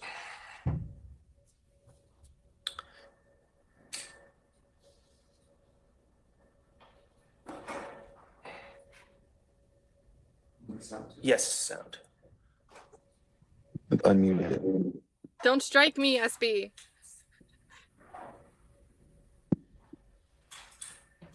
Hey, Mr. Kokomo. You know how we can sound. Gotta cut your sound off. And it's Doug Weinstein. I think the banner is hiding it, but he's using Doug Weinstein to pull up the video here. Move the comment. It's set at the bottom. Attorney Doug Weinstein screen. Ain't serving no cake, I'm trying to rob him. And I keep it stick, ain't no avoiding no top, top. Looking for who? Let it bang when you feel. That's safe for you. Get you flipped in the cinema rodeo. I'm that slam they always talk about. Hands that never touching them. I just beat a murderer. Pay my lawyer 30 for that. And my slams a butter law. Ain't running no credit. Slam in the door, yeah, young nigga, wait for these bodies off. And I wipe your nose in your family, nigga, slide it off. That same shit that got Big and Tupac killed. All right, so, Your Honor. And what's crazy is, again, we are doing a rewind on day 52, but we still heard arguments in the hundreds, in the day 140 something, about this paid my lawyer 30 for that line and beating a murder rap when Shannon Stillwell had never beat a murder rap at that point when he said that lyric. So it's like the never ending argument for a supposed nexus. That was the song. Can we mark it as an exhibit for purposes of the motion? We can. Mark it as Stillwell 1 for the purposes of motion. Okay, Stillwell 1. Okay, and that will be the verse from the song that in my motion, I titled Smile It Off. Smile it off? Yes. Okay. And then this is a social media post that was provided in Discovery. All right. Yes. And this is the second one? Yes. That same shit that got Big and Tupac killed, little fuck, nigga. Pussy that nigga, your bitch ass killed. Yeah. Hey, gang, you bring your pussy out here, you gonna see me. I'm at your fucking neck. Fuck anybody. So that's Stillwell 2? I don't think that was the entirety. I'll just play it again. That same shit that got Big and Tupac killed, little fuck, nigga. Pussy that nigga, your bitch ass killed. Yeah. Hey, gang, you bring your pussy out here, you gonna see me. I'm at your fucking neck. Fuck anybody. All right, So that's thank you. that's Stillwell too? That is Stillwell too. Okay, all right, what's that called? Is that just a social media post? It was social media post on Baller Report. I believe we can call it, What date? it doesn't, to my knowledge, it doesn't have an exact date. On or about? In the discovery, I don't believe it had a On or date. about? Do you have an on or about date? I don't. I mean, I could speculate, but just by how old my client looks, but I believe it's probably from 2015, but I don't know that for an absolute fact. All right, so it's a social media post? It is. Okay, all right. So I'll consider Stillwell's 1 and 2 for purpose of motion. Okay. Thank you, Your Honor. All right. So obviously, I'm objecting to the admission of both of these videos, and I think the analysis is similar for both. First, I think we need to ask what the state's theory of admission is. And the first question that you asked Attorney Steele about his issue, I think is important to ask in this case. What is the direct nexus? What nexus is there to any allegations in this indictment, any crimes? Regarding the video Smile It Off, I will concede it is listed as an overt act, 95, okay? And I'll get back to that. My stance is just because the state pleads something as an overt act doesn't make it automatically admissible. If I had a client who said something in a confession that was deemed inadmissible for Miranda violations by the court, and the state decided to put in their indictment as an overt act, it wouldn't overrule the gatekeeping function of the court to keep it out. So, that is listed as an overt act, but it has no ties and no nexus to any substantive offenses. Essentially, in that rap video or in that verse, I believe that you can see my client. Now, I know the state has pointed out in previous pleadings, he is allegedly wearing a YSL necklace and he's allegedly wearing red. What does he say? He talks about going to, I believe he says the plug, but essentially robbing drug dealers or drug distributors. He boasts of keeping a stick, which common parlance is an assault rifle, on him. And he Could be says, something else. I just beat a murder rap, paid my lawyer $30 for that. Now, none of those statements, robbing drug distributors, that has no direct nexus to any substantive charges in this case. Keeping a stick has no direct reference to any charges in this case. I just beat a murder rap, pay my lawyer $30 for that. Now, I think it's fair to say that that is most likely a reference to being wrongfully arrested. Okay, so as far as SB's music on YouTube, I just looked. He actually uploaded a song with Slime Life Shardy 2 days ago. So he does have 2 songs on his channel now. Lizard Walk's the one that, you know, we've all gotten to hear. You guys got it to 10K views. Let me get the link to the second song he just uploaded. Because it's only got like 900 plays, so... And those I'm not going to watch them on his channel. Let him get some views after he did all this time. Give him the plays. I agree with what you guys are saying in the chat. Adventure in here, like, release those songs. Get the views for him. And his name on YouTube, if you're on replay and don't see this link, I'll link to it in the description too. But it's SB, like Shannon Bernard, Chosen. So... there you go.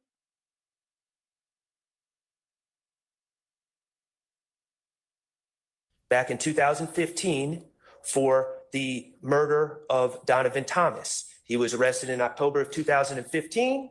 He stayed in jail for a long time as his co-defendants' cases had their preliminary hearings, were dismissed. Eventually, the state dismissed cases against all 3 other individuals that were charged in that case, along with Mr. Stillwell. Mr. Stillwell was granted bond.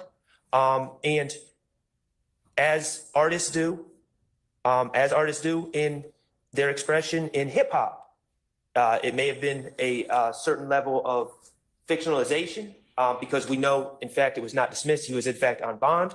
But that is not in any way an admission of guilt. That is just a statement that I was wrongfully arrested in the past. I paid my lawyer for that. I have no idea how much he paid the lawyer. It wasn't me at the time. But that's just an expression of artistic freedom. And also, but even if it is based in some facts from his past, it's not an admission to anything. It's completely irrelevant. It's just saying I've been arrested and I beat the case. And it becomes harmful with the next line where he says, me and my slime's above the law. It becomes the idea of bragging, of boasting. That's where the prejudice comes in. To the jurors, oh, you think you're above the law because you're rapping about being wrongfully arrested. Now you're free. And now we get to judge you for that. It's very prejudicial. So we have trying to rob them, drug dealers, keeping a stick, and I'm above the law. Okay. No evidentiary value to any substantive charges in this case. Not an admission. It's not intrinsic. It's not 404B, even though we were never given notice of it being 404B. It's just wholly irrelevant to this case, except for maybe I concede the slight relevance, the scant probative value of wearing a YSL chain. I'm not even going to concede wearing red has any probative value to anything, but wearing the YSL chain. And we'll get to the balancing test later on. Regarding the video from where we're saying possibly 2015 in the car, Mr. Stillwell on that is calling out. Mr. Chair, before you move on, let me ask you a question. Yes. You don't believe that your client's statement potentially of I beat a murder rap might be an admission? That's not in dispute. He was arrested for murder. Okay. I mean, that's known.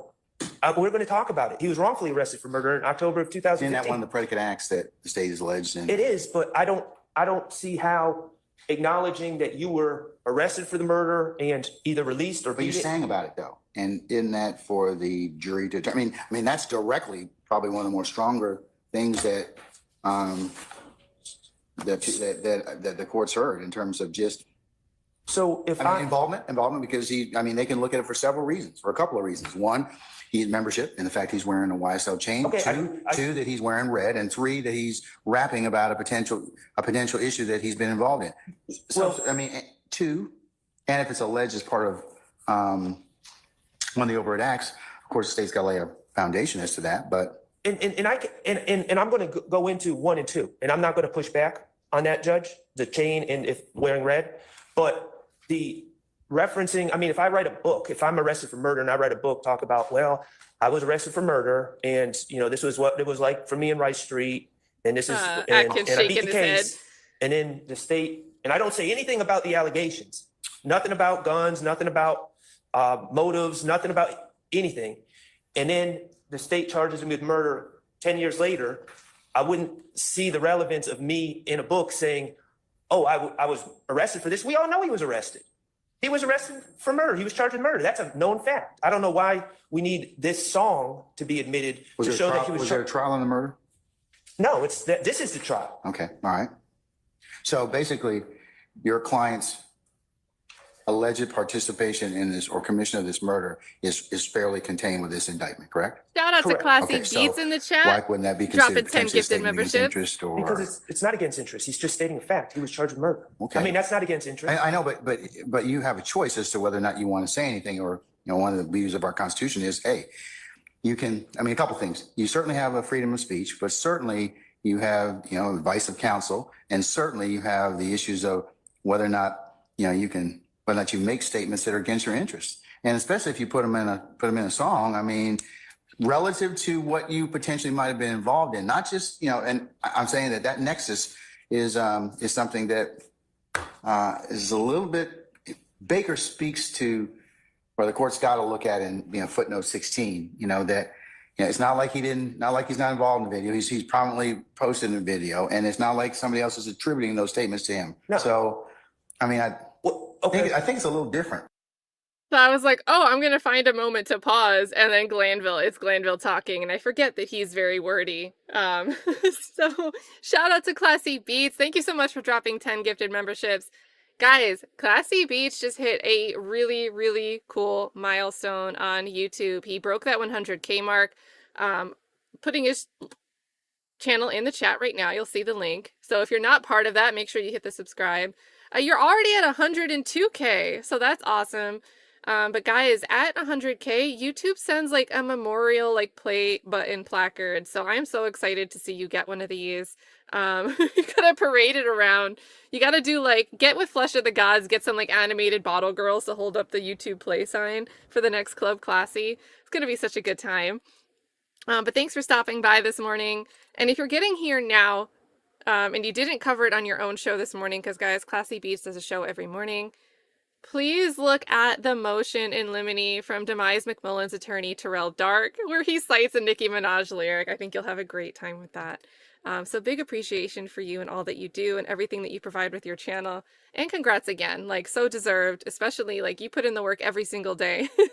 Finding something to talk about, right? When I don't have a stream, something to react to, I run out of ideas, but you keep it going. So big appreciation. Let's get some love in the chat here for Classy, especially since he kindly gifted 10 memberships. So there we go. And we'll get back to this long back and forth about Nexus. Well, I disagree that it's relevant, but I will also talk about the probative value in a second, okay? To the extent there's probative value, because there also needs to be 403 balancing. I don't believe it's relevant, but we'll talk about the probative value. Okay, but remember, in Baker, the person wasn't even in the video, right? He was. In Baker? Yes, he wasn't the artist. I think the gentleman's name was No Cap, was the artist, Mr. Kobe Crawford. The gentleman, Mr. Baker, was in the video dancing with a firearm. Yeah, I mean, but here's the thing about it, is, but that particular individual neither authored the lyrics or the views or values reflected in the video were adopted or shared by the appellant. So a little different. I mean, I think it's a little stronger in this particular video. I mean, and that's the jury's determination. This is just the court's threshold issue. But if I'm rapping about, I beat a murder rap, okay? That's pretty, I mean, the jury could consider that as a statement against interest, right? No. Okay, well, it's we're going to disagree. We're going to disagree about that. So if I said, Well, it wouldn't be wise for one to say I beat a murder rap and the prosecution's still open. whether it was wise or not is a different Well, issue. If he contacted me before he, You probably would have told him, don't say that, right? Or but don't that write doesn't it. make it relevant. Well, it's relevant for the jury to determine whether or not he committed a murder. Saying that you were arrested and let's put context. Okay, but remember, I there's other linkage that has to go on with that. In Baker, it's a little different. The courts are kind of, telling us, look, you have to show some particular, nexus, and you have to make sure that, I mean, they had beef in this particular case because it was minimally probative. Okay. What is I'm In failing- this particular circumstance, it's So Glanville just said they had beef in this case, meaning the appellant in Baker v. State had beef with the trial procedure, the instant trial, the trial case, how it played out. He said the appellant had beef with the ruling that allowed it in. Oh, I kind of love that. I think that they've tied, along with the client wearing red, client wearing YSL t-shirt, shirt, and then rapping with other arguably members of YSL about a potential crime that he may or may not involved in. Now, the jury can decide that that's not what it stands for, and they're gonna in weighting the evidence. But under 403 in Baker, the 11th Circuit, as Mr. Steele pointed out in Gamery, 635 F3rd 480. The rap video in this particular case was minimally probative under 403 because there was no proof that the appellant authored the lyrics or the views and values reflected in the video were in fact adopted or shared by the appellant. Well, Gamery deals with a different set of facts, but just because my facts don't match Gamery doesn't mean the opposite conclusion. No, but it tells me, it shows the probative value stronger in involving your particular accused. Okay. And we may disagree with that. I'll have to see hear what the state says about it, but Fundamentally- and that's subject also to the foundation, but we'll see. Fundamentally, Your Honor, I just don't, probative value, there has to be probative value towards a fact issue. Yeah, whether or not your client committed a murder. Okay, well, there was a YouTube buffer, so I'm going to take the opportunity. Flesh of the Gods gifting 5 memberships. I better see some fogs dropped in the chat here. Super nice of you, and thank you, Factual Life, for already grabbing the channel. That's what made me buffer on YouTube, was pulling it up. I see a hashtag free flesh of the gods. Is YouTube beefing with you? I see your channel fine right now, right? But is YouTube messing with you? And you're going live tonight. Okay, so it looks like YouTube's okay. Thank God you're not having a beef with YouTube. So it looks like Flesh of the Gods is free. The link I'm dropping specifically, thank you Factual Life for the channel link there, but I just saw that you have an 8 p.m., this is Eastern time, 8 p.m. tonight, you're going over the YSL indictment count 1 with DK, that's Walter Murphy, and the Sitco shooting. So this is going to be good. You're so good at your rewinds and getting all of the, like, the contemporaneous news coverage and looping it in with what the state tries to introduce as evidence during the course of the trial. Really going back and doing deeper throwbacks than I see anyone else really do. So make sure you tune into that. Especially, I know DK Walter Murphy was a favorite witness for a lot of people, so this will be a good one. I'm going to call it YSL Rewind tonight. You'll have to hit the reminder button because it's several hours away, but hope to see some of you guys hanging out over there. It'll be the makeshift Club Classy, since we don't have Club Classy tonight. 90-day ankle monitor for Flesh of the Gods. Demonetized. They gave you 90 days for it? Isn't it usually 30? All right, so Cash Apps, make sure. Cash App over in Flesh of the Gods. Rain check on raining some memberships 90 days from now. So if you want a gifted membership to Flesh of the Gods, subscribe and come hang out 90 days from now as well. That's crazy. YouTube really be getting people. And I saw a lot of people, a lot of friends were streaming covering the inauguration yesterday. And I don't know if it was the stream of the inauguration that was getting them struck or like one of the musical performances that was used at some point, but a lot of people were getting their channels hit yesterday for all different reasons, and a few said they got their content put back up after they appealed it. So YouTube's a crapshoot. You could be totally in the right and appeal it and they won't do anything to help you. So I hope you try to appeal it and like it works out for you. But in any case, we're going to be there rallying and we could do the free hashtags. I love that. That sucks, man. That sucks. But he doesn't admit to committing a murder. He talks about being arrested, and that is not an issue. He has been arrested. Nowhere does he say, I committed a murder on that video. If he said that, we'd be in a much different position. And he doesn't say that. And that's the whole point. All he's saying is I was arrested. Well, it also depends upon what else the state has to proffer in regards to that. And I don't know what they have. So, I mean. Okay, well. So I mean, you know, like I said, so like a lot of these lyrics and songs are subject. That's why under the. Regarding. Under 103, and you know, I let them in preliminarily subject to foundation. So. And I'm still going to do that with your client, anybody else who may be featured in songs or videos. So regarding staying on the video, okay, and then I'd like to address the other the other video, the social media post as well. But staying on the video, if we were to agree that there's relevance of red YSL necklace and saying he was arrested, that is probative of something. Then you have to get to the balancing, and it's prosecutorial need, overall similarity between the acts, and temporal remoteness. I'm just going to give you a heads up. You got about 10 minutes left, okay? Okay. Well, so, Your Honor, regarding probative value and prosecutorial need, I'm going to read from Arrington v. State, and that is 355 Georgia Appeals 361, 2020. It's like 357. 355 Georgia Appeals 361, and this is 351 Georgia Appeals, is that what you said? 355. 355 Georgia I'm sorry, Appeals thank you. 361. All right, 361. And All it's 2020 case. And on 364, it says, probative value of evidence derives in large part from the extent to which the evidence tends to make the existence of a fact more or less probable. Generally speaking, the greater the tendency to make the existence of a fact more or less probable, the greater the probative value. And the extent to which evidence tends to make the existence of a fact more or less probable depends significantly on the quality of the evidence and the strength of its logical connection to the fact for which it is offered. Probative value also depends on the marginal worth of the evidence, how much it adds, in other words, to the other proof available to establish the fact for which it is offered.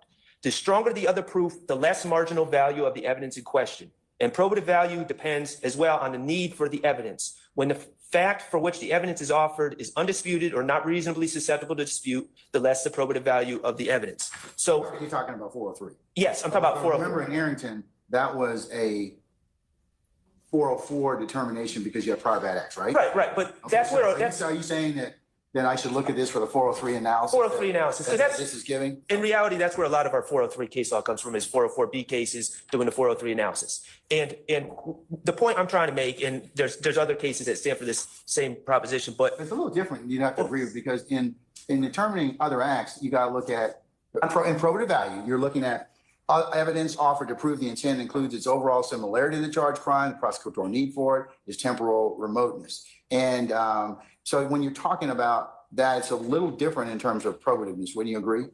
well, I'm just focusing on the 403, which is the second prong of the 404B analysis. Mhm. And so I'm just isolating the 403 analysis. And Your Okay. Honor, merely what I'm saying is the state in their discovery has handed over social media posts, hundreds, maybe thousands, several social media posts with Shannon Stillwell on social media, with Slat, with Snakes, with Quindarius Zachary, with other people.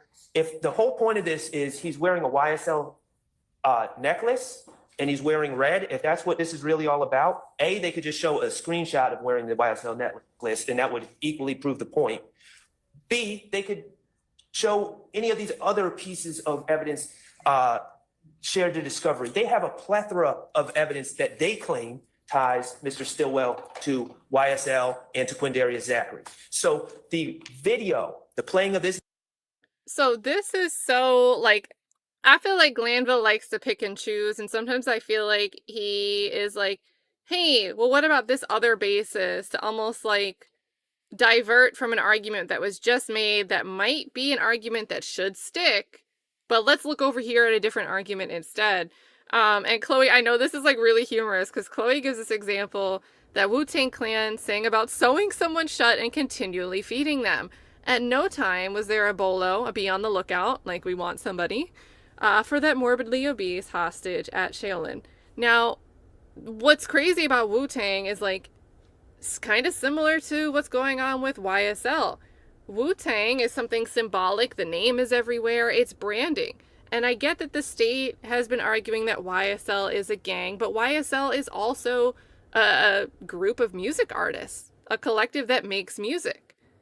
So when Schardt, we've been watching for the last 15 minutes, he's like, I'm not even going to go down the path of arguing about them wearing red or wearing the YSL.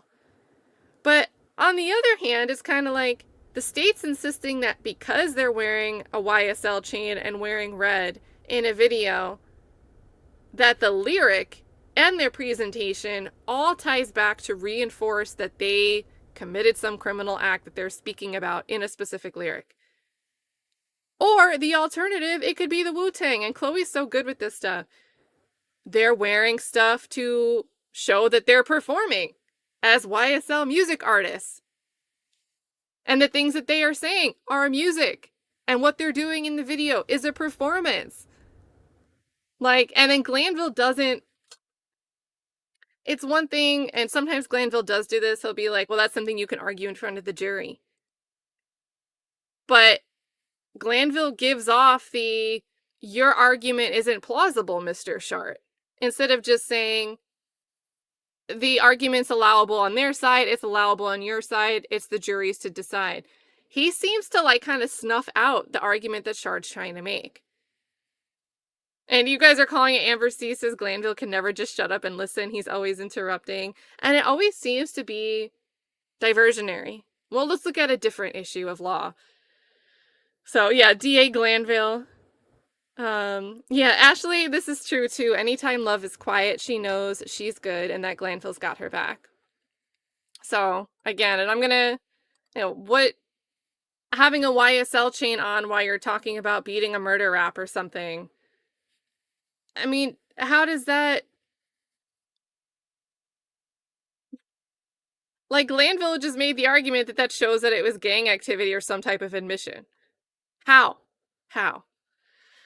This video and those rap lyrics, which talk about robbing drug dealers, which talk about carrying a stick, are it's completely unnecessary, and it provides no marginal probative value, because those same arguments can be proven through other means, and that's the whole point of that. Is robbing the drug dealers and carrying a stick part of the homicide, the alleged homicide? No. Okay. And and so danger of unfair prejudice, I think Mr. Steele talked about it, obviously, references to robbery, and I think that's pretty self-explanatory.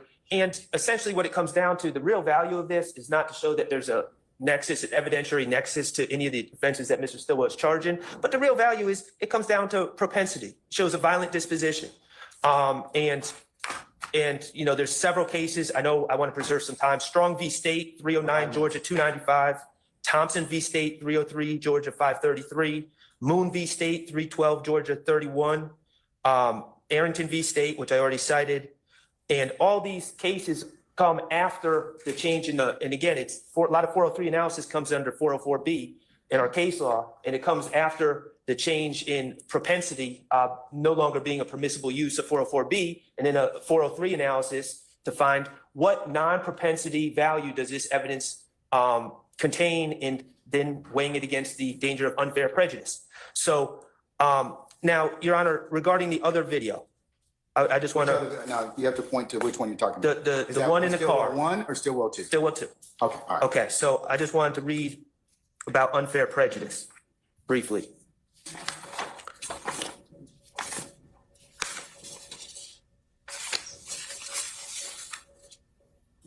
The term, this is from Baker, and it says, the term unfair prejudice, as it is used in 403, refers to the capacity of some concededly relevant evidence to lure the fact finder into declaring guilt on an improper basis rather than on proof specific to the offense charged. And that's citing the Old Chief v. United States, 519 U.S. 1. So he's reading the Baker decision, the opinion from the Supreme Court of Georgia justices in their April 2024 decision, like 2 days before they're having these oral arguments in this case.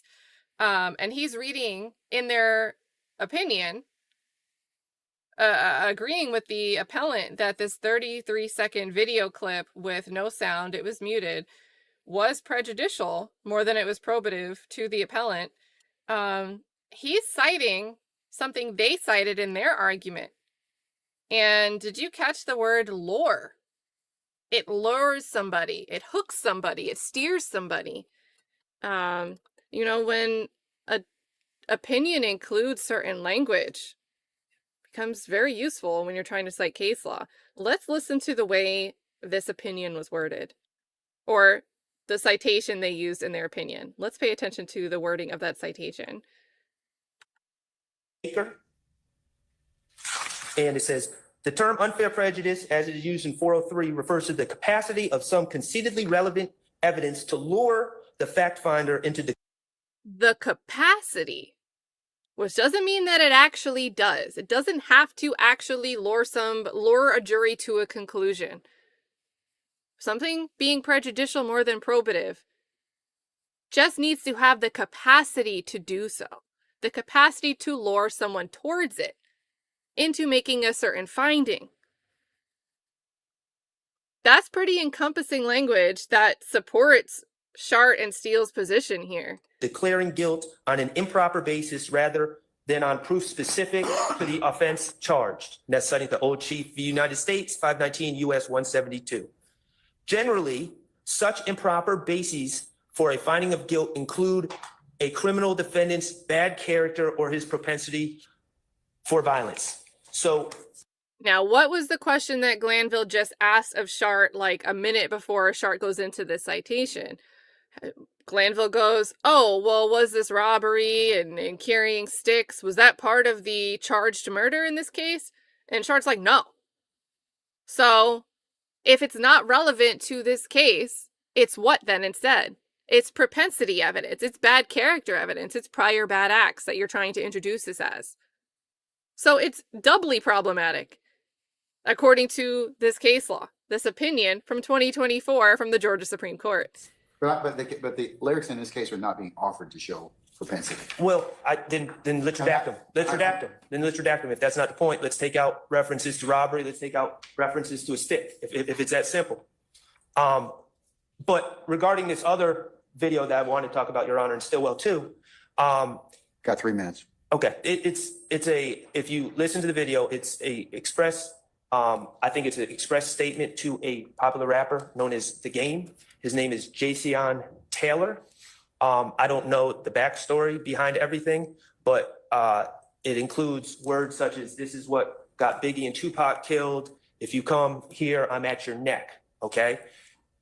The Game, Jason Taylor, is nowhere listed in this indictment as a victim or as a witness, okay? There is no, and I'm not, maybe the state isn't planning on trying to introduce this. I don't know. All I know is provided in discovery. It has no direct link to any of the alleged crimes in this case. Again, it portrays Mr. Stillwell as a violent man, as a man who likes to settle his beefs violently, responds to violence. Strong v. State, 309 Georgia 295, prior bad act that shows propensity for controlling other people with violence and responding with violence when people don't submit, was too generic a motive and just bad character. So, and had very limited probative value compared to the great danger of unfair prejudice. Not only unfair prejudice, but a waste of time, and specifically in this case, when we're going to be dealing with the alleged shooting of a bus that another rapper known colloquially as Lil Wayne was on. It presents the possibility of confusion of the issues as well. There is nothing in this case that has anything to do factually with that video that depicts Mr. Stillwell and others. But it does have great danger for unfair prejudice. It will encourage jurors to determine guilt based on those concerns that I read about from the Baker case, that I quoted from the Baker case. And for that reason, that fails the 403 balancing test, the danger of unfair prejudice and other issues, as well as confusion of the issues, substantially outweighs any probative value, which is none in that video. We believe also, going back to the rap video, respectfully, Your Honor, that Which the, one video? the Stillwell one, Okay, all right. that the scant probative value that Your Honor identifies in that video, that I respectfully disagree with, but the scant probative value is substantially outweighed with the danger of unfair prejudice in that video. And so for those reasons, we would ask that Your Honor rule both videos inadmissible in this trial. Thank you. All right, thank you, sir. All right. No one from the Who's state gonna team argue for was the getting state? up. All right.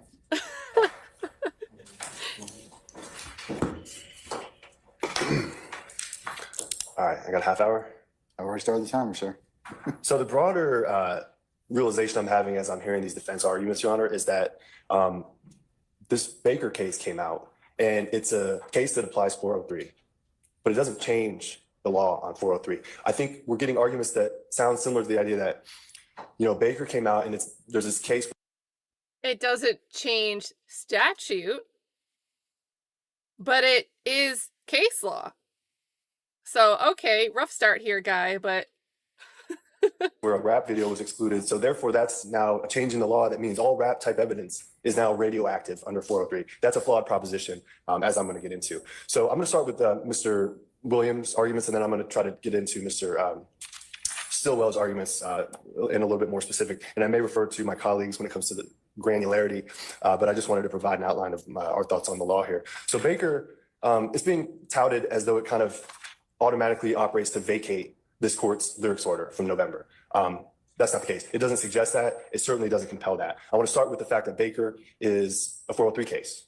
And as such, it's a limited fact-specific holding. We know that the court and all the parties have read Baker, but just to reiterate, the sole enumeration of error in Baker was the trial court abused 403 in letting this video in, okay?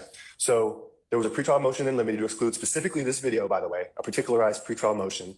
And then the trial court's order denying that motion said, oh yeah, it's relevant for identity and it's relevant to show his relationship to this other guy who's an unindicted third party, by the way. So with really no explanation, the trial court just said, yeah, it passes 403. And then there you have it, it gets in. Notably, as pointed out by my colleagues, Baker's identity at the nightclub where the incident happened was absolutely uncontested at trial.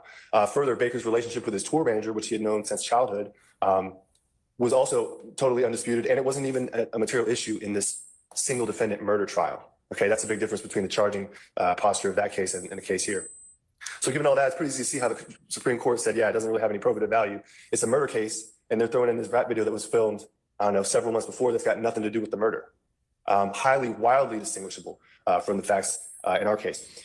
So the video, like there's nothing really in the video connecting the guy to the murder. But meanwhile, what it does show, and what my colleagues have pointed out, was that it does show Baker dancing and brandishing a semi-automatic pistol with apparently an extended magazine, and he's pointing it at the camera, at the jurors when they watch the video, and they watch it 3 times, okay? The prosecution, our colleagues over in Houston County, they made hay with this video, okay? They played it 3 times. They played it once during the lead detective's direct. The suggestion was that, you know, this is a violent gunman. They played it again during cross-examination when Baker took the stand to kind of confront the idea like, oh, well, why would I have guns around? No, this is why, because look at this video. You're a violent gunman. So they're reinforcing this propensity argument in Baker, and then they really nail it to the wall in closing in Baker, where they just drive it home that not only is Baker had this propensity to commit gun violence, but he has this propensity to promote it and glorify it in this video. And I agree with the assessment that when you're presenting this 33-second video in the Baker case, the way it was done, it's clearly like this ADA is saying what the prosecutors did in the Baker case was wrong. They were repeatedly introducing something in front of the jury to push forth propensity evidence that didn't relate to the murder at hand. I think this is a good characterization. It's a fair characterization. But what's the problem here? The state's trying to hide their hand and say, oh, us trying to introduce this stuff just so the jury thinks these are just bad people in general?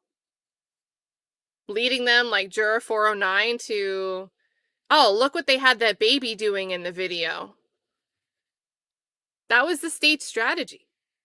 So, yes, it seems pretty outward and obvious that in the Baker case, that's what was happening with this 33-second video. But after we have Judge Glanville get some clarification that, hey, these lines about robbery and carrying the stick don't relate to the murder at hand here. Now that seems a lot more similar to this issue in the Baker trial, where the words that are being said don't relate to the actual crime being discussed at issue at trial.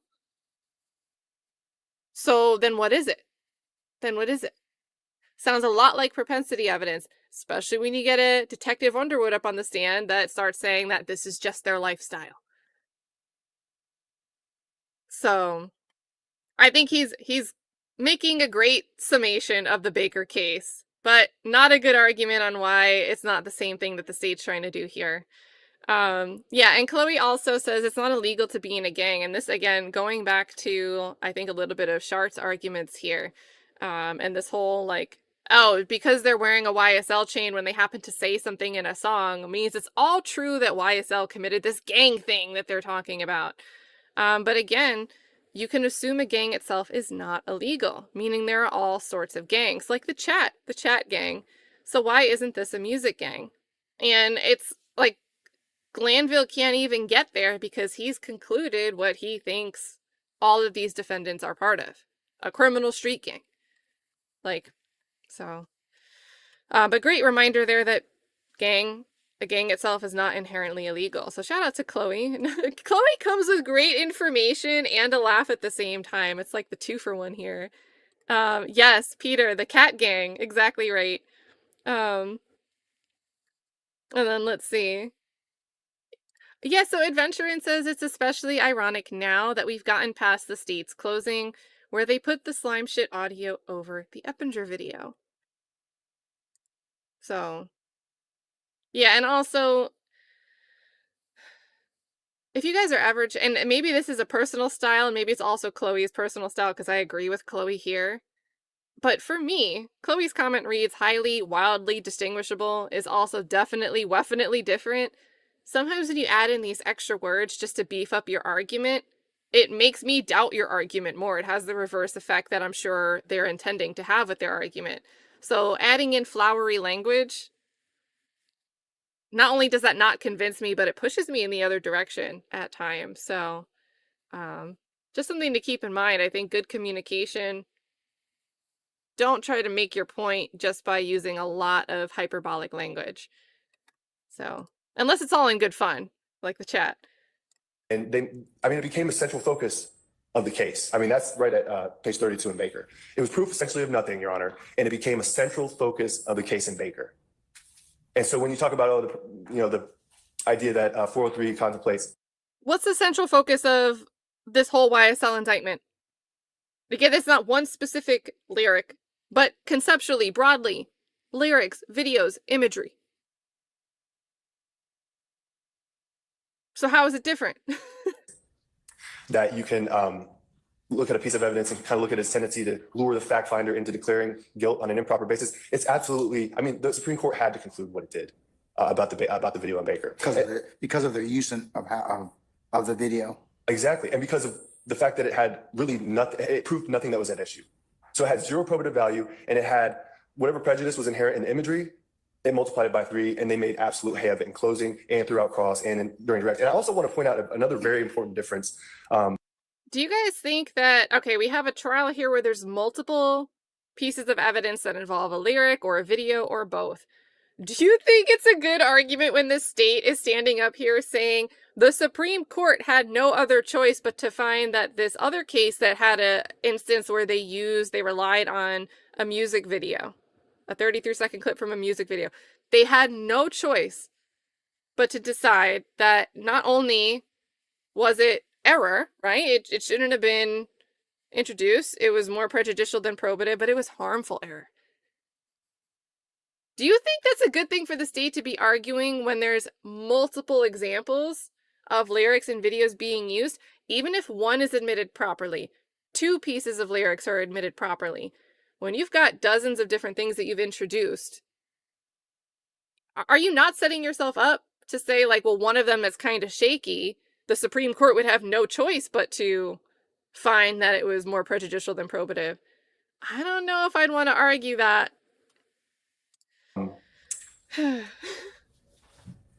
Well, I'll get to that later. I guess I wanted to say, look, Hey to this case, Baker, Yoshiko. it doesn't change 403. It's an example, the court should consider it. And really, the court's lyrics order leaves open at trial objections under 403. So Baker leaves the court's lyrics order undisturbed. That's the headline here. The court's lyrics order is kind of like it's pretty robust. It was pretty assiduously researched, and it accounted for stuff like this. And it left open, as Your Honor is aware, foundation and 403 objections and further findings possibly at trial, if and when such evidence is going to be admitted. So to go ahead and say it undoes the whole lyrics order or any part of it, that is not correct. Everybody has their 403 objections. To say that Baker automatically excludes any and all the state's requested evidence under the lyrics order, it's too much. I want to remind this court that, as everyone knows, 403 is an extraordinary remedy to be used only sparingly, okay? This is not a blanket thing that we're going to use to exclude all categories of evidence that fall under, rap videos, right? And then also I thought, which was interesting, is a Georgia Court of Appeals decision that came out March 14 of this year. It's going to be Anderson v. State, and the Lexus site is going to be 2024 Georgia Appellate Lexus 127, and that's at 8, and it's footnote 3, and it says something that I had actually seen it put this way, but it says the prejudice referred to in Rule 403 addresses prejudice to the integrity of the trial process, not prejudice to a particular party or witness. The reason they want to keep all this stuff out is, yes, prejudicial, but they're arguing that it's not relevant. They wouldn't be arguing to keep it out if it weren't relevant. It is relevant. Under 401 and 402, we're already there. So for that reason, I think that the limited nature of Baker as a 403 holding, you want to follow the law to the extent that these my colleagues' motions are consider Baker. We agree, consider Baker, right? But don't vacate your order and don't alter the order. It stays the same. Now, Baker, as Your Honor is also aware, is highly distinguishable. Again, there was a pretrial particularized motion to exclude a specific video called Ghetto Angels under 403. Whereas to date, at least from Mr. Williams, we have no particularized challenge to any of the lyrics that were previously admitted by way of this court's order. We have sweeping pronouncements about criminalizing art, generic invocations of 403, 404, but really there's no specific lyric that Williams has pointed to that is attributable to him that he finds objectionable, or at least he hasn't made any argument as to any specific lyrics why they should be excluded under Rule 403. I didn't hear one. I didn't see one in the motion. I didn't hear one argued before Your Honor today. And highly important in Baker, the video had some disturbing imagery, et cetera, but the lyrics were explicitly not at issue. So, I mean, he's been up, he's got more time, but he hasn't really. He's acting like the arguments from the defense attorney was just a broad objection to lyrics at all. But I don't know. If you ask me, they got pretty particular here. They honed in on a specific line of a song. So, two examples. So I don't know, maybe he'll address them after he makes these arguments, but I think it's an incorrect assessment to say what the defense is doing is saying no lyrics at all just because. They were arguing that these lyrics shouldn't come in because they aren't relevant to what's being charged here and thus can only be coming in as propensity or bad character evidence. It's not a lyrics decision, Your Honor. It's a 4-3 decision on imagery. It literally says on page 18, footnote 13, the lyrics have no bearing on our conclusion that the rap music video was improperly admitted. That is highly important. I didn't hear any defense address that because in this case, the lyrics as statements, by the way, they're not just songs, they're statements, and they're statements by parties in this case. But the lyrics are exactly what was issued, and Your Honor already correctly ruled on the same, okay? We ruled on them as admissions of a party opponent under 801 D2A. I mean, John Floyd came down here, Mike Carlson came down here, Deputy District Attorney Hilton, we put on a heck of a proffer. It went for hours, okay? We put them in as adoptive admissions under 801 D2B. They came in under co-conspirator admissions under 801 D2E, statements against interest under 804 B3. And in Baker, they're not talking about 801 at all because the words, the statements, the lyrics were indecipherable. They were not reached. The court made no pronouncement on the prejudicial, if any, effect of the lyrics because they just weren't heard. So it's not a lyrics decision. That's extremely important. And admissions, and this goes to Mr. Schardt's arguments as well, but when you have party admissions, and we're talking about like a video where we have Stillwell saying the words. You can see him saying these words. So then why are you opposed? Because another argument that Schardt made was, look, as far as the imagery, we're speaking about the chain and the wearing red. Why can't the state, instead of having to show this video, why can't they prove that through other pieces of evidence? So I don't know. This ADA is saying that it wasn't addressed, but Schardt went there. So I don't know. Maybe this is all just like pre-prepped and he didn't adjust it to match what he heard from the defense attorneys live and in person today. Speed of murder rap. I paid my lawyer $30 for that. Me and my signs above the law. And we're told that that has no relevance to a charge count in this indictment and to overt acts under the RICO count 1 of this indictment. It's a little bit of to me, it's a stretch. But the fact that the Supreme Court in Baker didn't consider the lyrics at all, let alone analyze them under 801, makes this case in a different universe than the lyrics we have here because it's just not talking about statements. It's not a statements case. And then lastly, a big difference that I noticed in Baker is that it's, again, it's a single defendant murder trial, whereas here we got a multi-defendant RICO and gang act prosecution. Williams' motion says, oh, it's no difference that he's charged under RICO and gang acts. It makes all the difference in the world. That I agree with his argument on, and not because I agree with the way the RICO statute is, but I really do think that problematically by statute, Georgia's RICO statute paves the way for everything to become admissible because it's a co-conspirator statement. It's an admission of a party opponent. Like all these different things come into play because of this count 1, this RICO being in play here. And that is distinct from the Baker case. That seems like a huge problem that, we got to a jury verdict in trial 1. We're not taking the verdict up to appeal. We don't really get the Supreme Court weighing in on something like that. And thus they don't really have the opportunity to develop new case law that might relate to the RICO statute and its applications. So a bit of a disappointment, but I mean, who would expect, the like Shannon Stillwell, let me take this up to the appeals court now that I'm home. I'm finally home. So it is what it is. It's a bit bittersweet. I broke YouTube. all of the things being equal, in a single defendant murder trial, it's not necessary or material for the prosecution to show relationships or associations, like they tried to in Baker with the guy's tour manager, like that made any difference. And it certainly wasn't required even under the facts of Baker because his association was totally undisputed. So again, the probative value was nothing there. Here, by contrast, and which is consistent with this court's lyrics order, the relationship between and among these co-defendants, as well as their association with the alleged YSL street gang and criminal enterprise, those are crucial. In specific, because the defendants categorically have denied that YSL is either of those things. They've denied that it's a street gang, they've denied that it's a criminal enterprise. So the prosecutorial need to show that is absolutely not minimal or low, as argued by my colleagues. It's extremely crucial in this case in light of those denials. So the lyrics evidence in this case, already properly admitted, relates to, just as a reminder, the nature and existence of the alleged criminal enterprise / gang, the affiliations with the alleged criminal enterprise and gang, participation in the alleged criminal enterprise and gang association and membership, participation, and the connection of the defendants with one another. You can look at your order. It's at page 19, 24, 26, and 37 through 42. Those were already all found to be permissible purposes for the lyrics evidence in this case. So for that reason, Williams' motion should not be granted. And I want to talk about intrinsic evidence, okay? Baker does talk about intrinsic evidence, but that's of no consequence in this matter because in Baker, the only reason the Supreme Court was addressing intrinsic evidence was that the state on appeal came up with this argument, which was not made at trial, that, oh yeah, the video is intrinsic because, and if you look at the oral arguments in Baker, the basic argument is, well, Baker thinks he's a big shot and he can get away with murder and do stuff like this. That was the intrinsic argument that was made in Baker. So again, it's not hard to see why the Supreme Court rejected that argument. And again, at best, as intrinsic evidence, quote unquote, adding to the story of the crime, that happened in one night, a murder that happened in one night, adding to that a video that was filmed several months before and saying that's intrinsic and essential to telling of the story of the crime. Again, the Supreme Court had to conclude that the intrinsic arguments didn't work. And the only reason they addressed them is because the state kind of threw them up as a Hail Mary on appeal.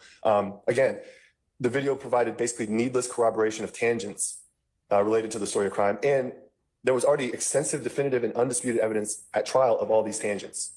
So it's not surprising to see the Supreme Court do what it did here. But again, that rejection, it doesn't affect the state's position in this case or the court's previous ruling on the lyrics evidence when it comes to intrinsic evidence. You look at intrinsic evidence on a case-by-case basis. The law on intrinsic evidence is the same today as it was in November of last year when this court entered its order, which appropriately considered the law on intrinsic evidence. And there's a Third Circuit Court of Appeals a quote that I've found here that I'd like to bring to the court's attention, which just has to do with some of the direct evidence. We talked about intrinsic, we talked about admissions, we talked about, proving association, membership, et cetera, stuff like that. But then there's also direct evidence, right? And that's nowhere more obvious than when you look at the lyrics that Stillwell is trying to exclude about being a murder rap and he's above the law and him and his slimes and YSL for life and all this other stuff. It's like, how are you saying that's not direct evidence of what we're trying to prove here? It kind of it seems like it defies logic. But the Third Circuit Court of Appeals in United States v. Johnson, and this is a February 14th. Because then it becomes cumulative. So are you or are you not going to address Schardt's argument of, because this has different layers where there's a prejudicial effect, but the same point can be proven by other pieces of evidence, why can't the state just use other things where they're wearing red and have YSL, since the lyrics themselves don't pertain to the underlying homicide being charged in this indictment? So this guy seems to be skipping that argument, addressing that point. 2024 decision found at 2024 U.S. Appellate Lexus 3436 at page 12. The Court of Appeals in Third Circuit explained as follows. If someone tells you, quote, I have guns and drugs, and then you find guns and drugs in their house, this statement is direct proof that the guns and drugs are in fact his. That he says it in rhyme does not change that. How a jury chooses to weigh that evidence is another matter, okay?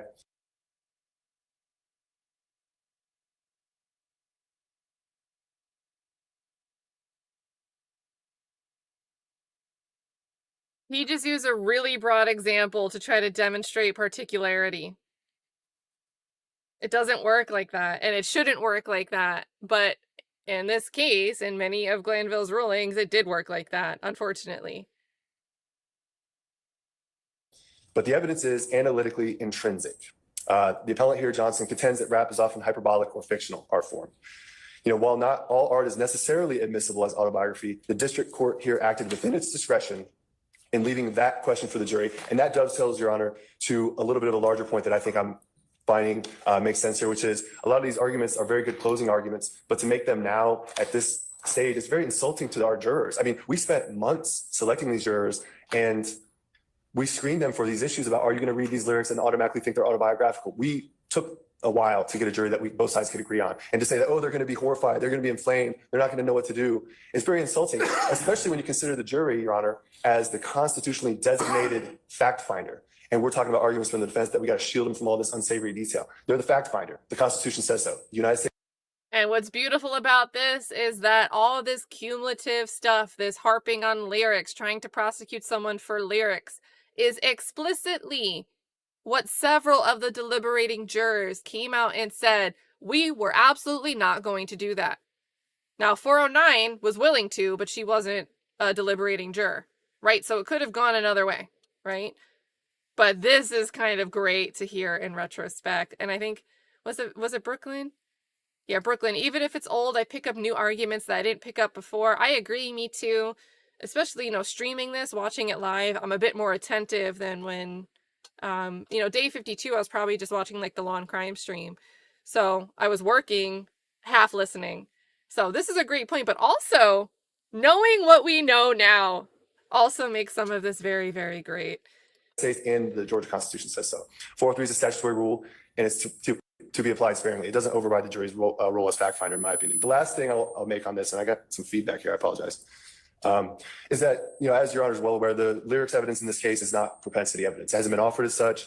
And, I think Williams in his motion is kind of just conclusorily asserting that it's propensity. And I guess Mr. Schard is kind of piggybacking on that. There was a lot of discussion in Baker of how it's improper to use propensity evidence, but it's also worth noting that in Baker, the use of the evidence, there really was no arguable reason that they would want to include that disturbing imagery other than to, quote, cast emphatically Baker as a violent gunman. The jury's trying to figure out this murder that happens in one night and the split-second decision that somebody may or may not have made about a bullet that went through a security guard.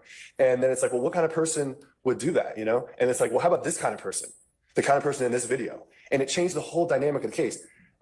This is in stark contrast to what we have here when it comes to lyric evidence in this case, which this court has already correctly ruled on. How would you address Mr. Schardt's issue of, okay, you got, how about robbing drug dealers, carrying a stick, and I beat a murder rap, paid my lawyer 30, etc. Nature and existence of the organization. Okay. So moving forward, I wanted to address something that came up. I'd argue, well, what about the last, his last statement, beating a murder rap? Well, it's a question for the jury. I mean, on one hand, you can say I beat a murder rap, which means I was falsely accused of murder and I was vindicated in court and I had nothing to do with it. And the jury's free to believe that. But then when you couple it with how much you paid your lawyer, you're bragging about money, and then you're bragging above and beyond that. You're not saying me and my slides follow the law. Me and my slides are within the law. You're saying me and my slides are above the law, which goes to the mindset and intent. And so it all goes to count one and then some. So it's not propensity, and the court's already ruled that the lyrics evidence is not going to be offered for that. And if that answers your question, I'll jump forward here a little bit. I wanted to go to Old Chief just briefly, to imply, because there was some discussion about 404B and how that plays into the 403 analysis. Again, Baker was a very limited circumstance where it was no other argument to make other than this had to be used to show propensity to encourage the jury to convict. That's what happened there. But that's not that's not any new type of application of the 403 rule. Again, Baker doesn't change the law on 404B, doesn't change the law on intrinsic, and doesn't change the law on 403. Hold on, if I say Kokomo, will Steph JK be summoned to the chat? Where is she? Where is our Steph JK? In general. The idea that, 403 encompasses evidence that may lure the fact finder into declaring guilt on an improper basis. Even in Old Chief back in 97, they said that such improper bases are to include bad character and propensity. So it's been the law for, some 20 years plus, at least, that propensity analysis does occur within a 403 analysis, and that's nothing new. Again, that goes to my point, which is Baker doesn't change the law on 403. It's been that way before, and it's been that way after. So the court in its lyrics order, and for that reason, we want the motion to be denied. And then the very last point I'll make with respect to Williams is that he's apparently trying to resurrect these arguments that failed before about how, because we don't know the provenance of these lyrics or these statements, or the meaning could be arguable, that's some sort of grounds for excluding them. But even in Baker and the footnote that the defense is making hay about, footnote 16, even in footnote 16, it literally says that or acknowledges that those considerations go to probative value, not admissibility. They're talking about marginal probative utility and how, the failure of the state at trial to show that these people actually said this stuff versus it being kind of, put on them. That goes to weight, but weight is a jury question. The jury resolves the weight. Like, they can decide whether they think this means something or other, or whether they think, the fact that Stillwell's up there on the video saying the exact statement. Are we supposed to attribute it to him or do we attribute it to someone else for some reason? The jury is fully able and authorized to make those conclusions. So that's going to be my main sort of, one other thing. Baker, the fact that it's so wildly different from this case actually supports the state's position. The chat just caught that. He says, so that's going to be my, one other thing. You guys have been calling it. Where is it? There you go. And Turin says he's trying to turn this half hour into a 45-minute argument. Here, if you think about it, because there's so many differences as I outlined. And again, it's an extraordinary remedy that was applied in an extraordinary case. It was called for in Baker. It's not called for here. Just to reiterate, the very fact that the defense's opening statements, their cross-examination, and throughout this case have been categorically to deny that YSL is any kind of criminal enterprise, any kind of criminal street gang, any kind of anything other than a rap label, that elevates the prosecutorial need and the probativity of these pieces of lyrics evidence. And for those reasons, we think that the motion should be denied. Now, when it comes to Mr. Schardt's arguments, those were more recently filed, so I don't have as developed of a take on them, and I may refer to co-counsel. Right. Yep. So there you go. He didn't adjust some of his argument on the fly. He's missing some of the more particular arguments, the specific arguments that Schardt got into because he prepared and isn't really adjusting. He looks younger and, maybe with experience, he could pivot a little bit more quickly. But I can kind of understand not being able to pivot on your toes. I don't think I could. But just imagine if he was a criminal defense attorney, right? He's the one tasked with defending somebody's rights, and he couldn't pivot if the roles were reversed. Counsel for some of these details, but the Smile It Off video, let's call that what? Was that Stillwell one? Yes. I think we kind of already covered that with the pay my lawyer 30 to beat the murder rap, me and my science above the law. I mean, that's him talking. Like, there's no question about him being the person that said that. And more than that, you look at Being offered for any other reason other than identity, and are you talking about identity for what reason? Well, For involvement in the criminal street gang, or identity in terms of the homicide? well, it could be for all those, but I'm asking you because Mr. Schard just said,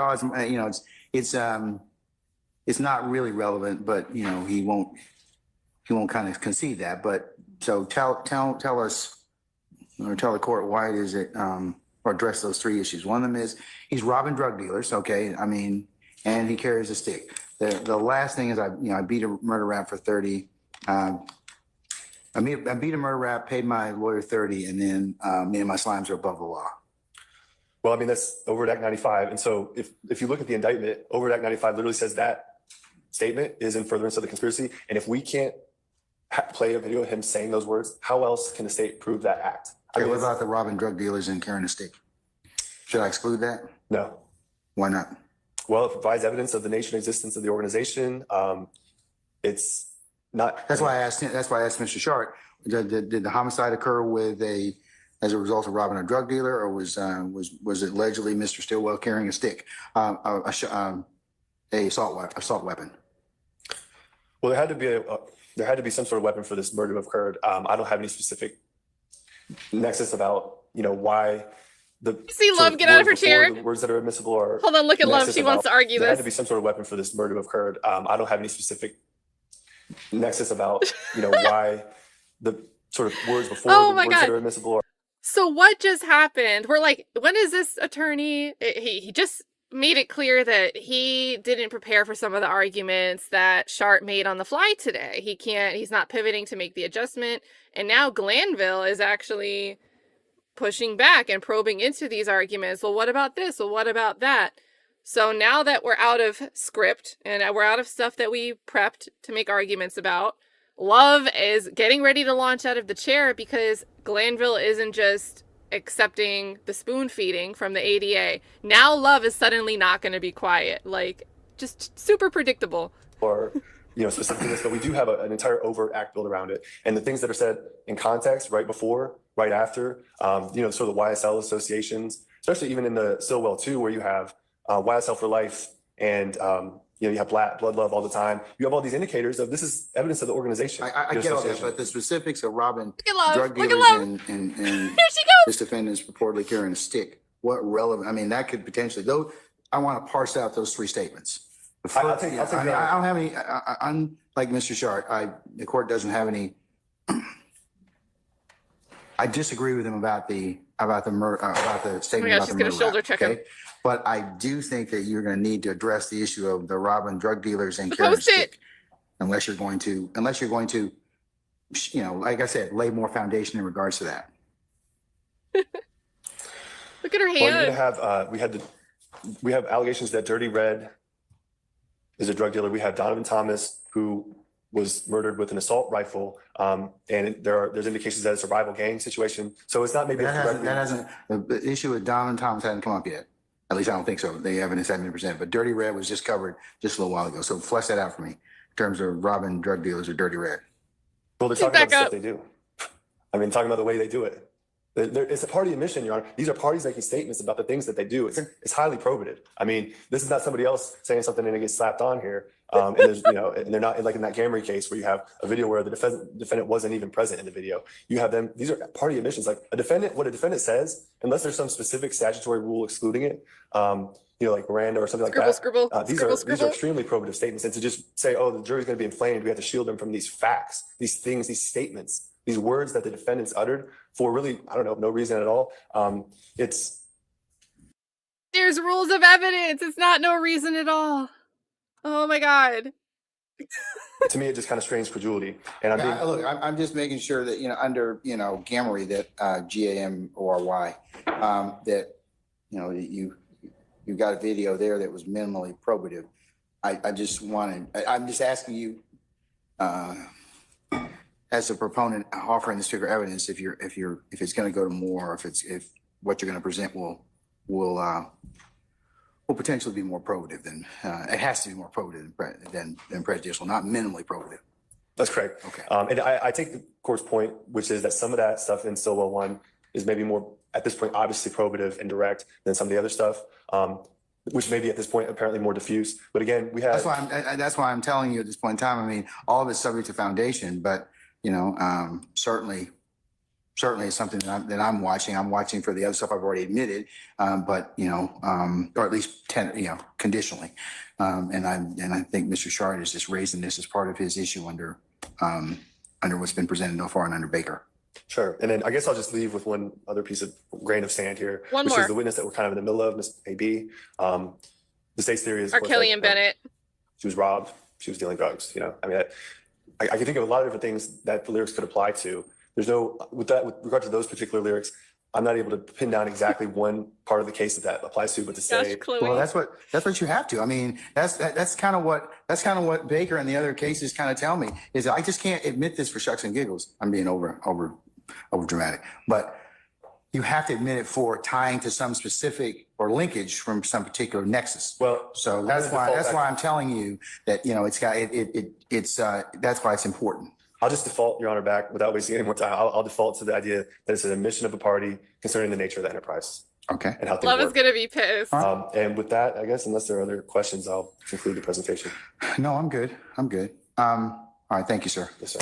Oh, All right, man. folks. I'm going to take probably about 10, 15 minutes. I need you take comfort, and I would encourage y'all to do the same. So Yeah. he's going to take 10 minutes to decide. He's going to come back and he's going to, you know, deny the defense's motion. And Love's doing all this with the Post-its like she doesn't already know what the judge is going to decide. Like, a worst case scenario, Glanville's going to say, you know, we'll make it a foundation issue at the point in time where a witness is about to be asked questions about a particular exhibit. We'll let the defense make their 403 objections for that particular piece at that particular point in time. But Love is just like, let's just get more Post-its. Let's have you keep arguing. So they end up going, you'll see the seal. They'll come back, I guess this little part where there's some activity on the YouTube timeline is probably where he gives his reasoning. So we can check that out. The link to this full-on crime stream, again, this is day 52. It was April 2nd, 2024. If you want to watch this motions hearing day in full, it's linked in the description.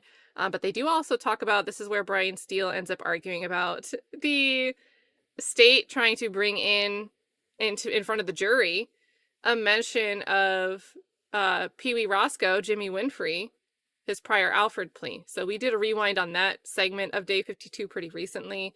But if you want to go and check that out, hit that link in the description.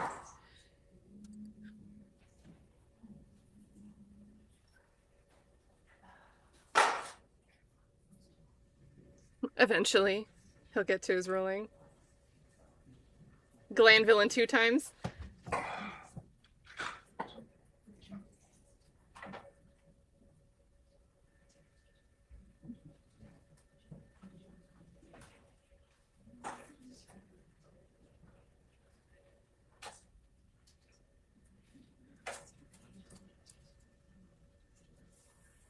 Chloe says in Love's voice, I wore my standing dress today and goddamn people are gonna see it.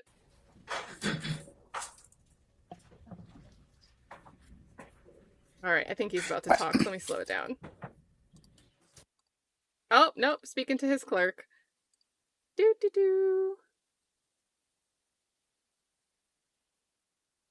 YouTube, does this let me go higher than 2 times? I thought they just changed that, and now it's back down to 2 times. Look at Huey! I understand your client's got the opportunity to have lunch, so that's what we also delayed for a little bit. All right, the court's had an opportunity to consider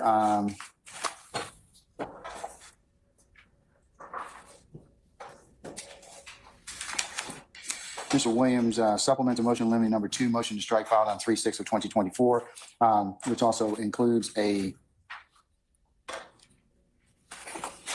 copy of recently decided cases the court mentioned earlier by our Supreme Court of Georgia, Baker versus the state, decided March the 5th of 2024, S23 Alpha 0860.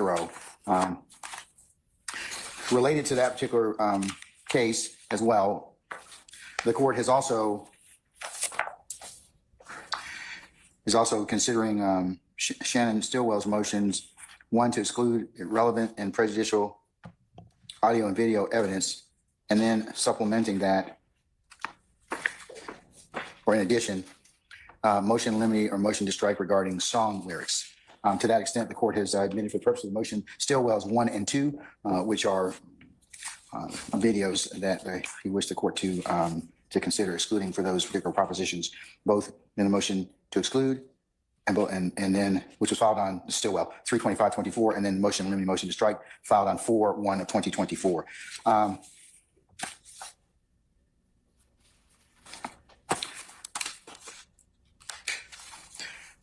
The court will also admit for purposes of this particular hearing and for purposes of the record, and take judicial notice of the court's order entered on May the 27th of 2023, order granting the state's motions in limine to admit evidence of lyrics at trial and deny defense motions to exclude lyric evidence at trial. I will include it as the next court exhibit in order for purposes of this particular motion, a 43-page order.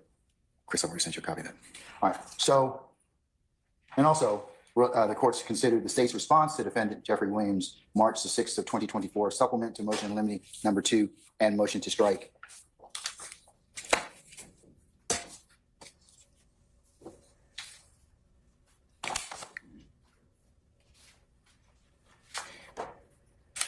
After giving careful thought and consideration to the aforementioned motions, the court rules as follows.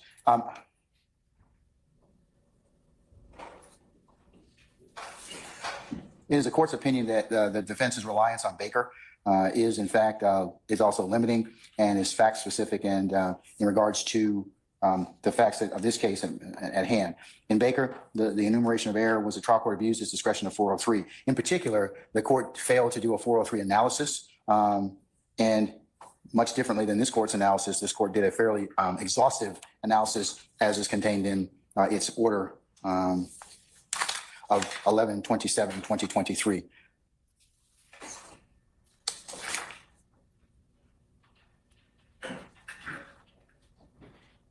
Given the facts that are distinguishable and the court, since the court in fact did an exhaustive 403 analysis and also the independence basis of its of its admissibility, I believe that the court is still of the opinion that Baker, although good law, does not apply at this point in time to the facts and circumstances of the matters involving Mr. Williams as well as Mr. Stillwell. The court's also considered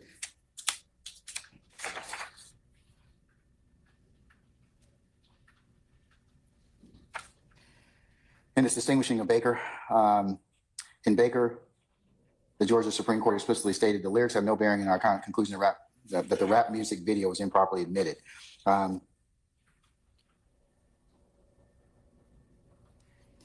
In this case, the court is preliminarily subject to foundation and the state's proffer that these particular statements are admissions of a party opponent under OCGA 24-8-802 Delta 2 Alpha, adoptive admissions under OCGA 24-8-801 D2 Bravo, co-conspirator statements under OCGA 24-8-801 Delta 2 Echo, and statements against interest under OCGA 24-8-804 Bravo 3. And also distinguishing in this case, Baker was a single defendant murder trial. This is a multi-defendant RICO and gang prosecution. So there are differences in the factual predicate as alleged and as applied in Baker. Now, some of the things that Glanville's saying here, he already hinted while Steel and Schardt were making their arguments before the ADA even made their arguments. Like some of the questioning and the interruptions, he already had this reasoning in mind. In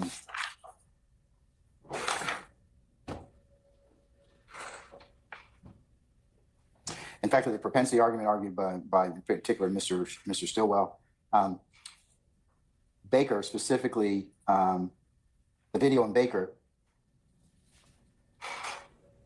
other than connecting Mr. Baker emphatically, other than connecting Mr. Baker and casting him as a violent gunman, and also then the nexus that was much weaker than in this particular case at hand, and in contrast to the lyrics as in this case, which the court has preliminarily found to constitute direct evidence of the crimes charged, subject to a foundation that must be laid, and in this particular case,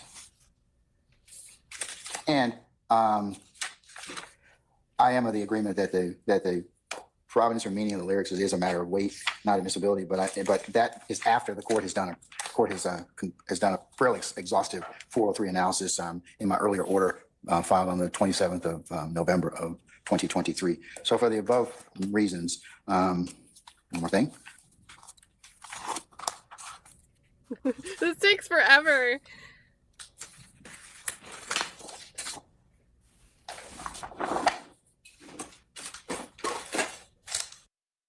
Come on, Glanville.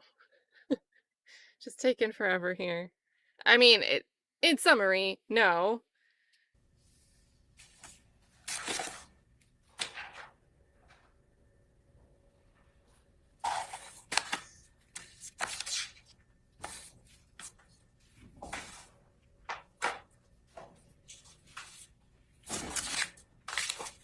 Imagine for the next 10 minutes, he just slides his chair back and forth.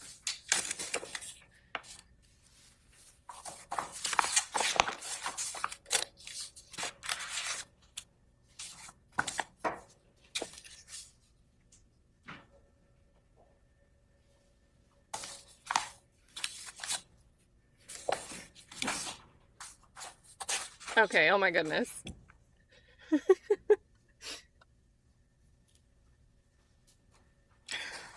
For the above reasons, the court cited, I'm going to deny Mr. Williams' motion to limine, supplemental motion limiting in regards to number 2, as well as Mr. Schardt's, on behalf of Mr. Stillwell's motion to exclude irrelevant and prejudicial audio and video, as well as a motion limiting to strike regarding the strong lyrics. I will authorize the state to, consistent with my earlier rulings, subject to a foundation, to attempt to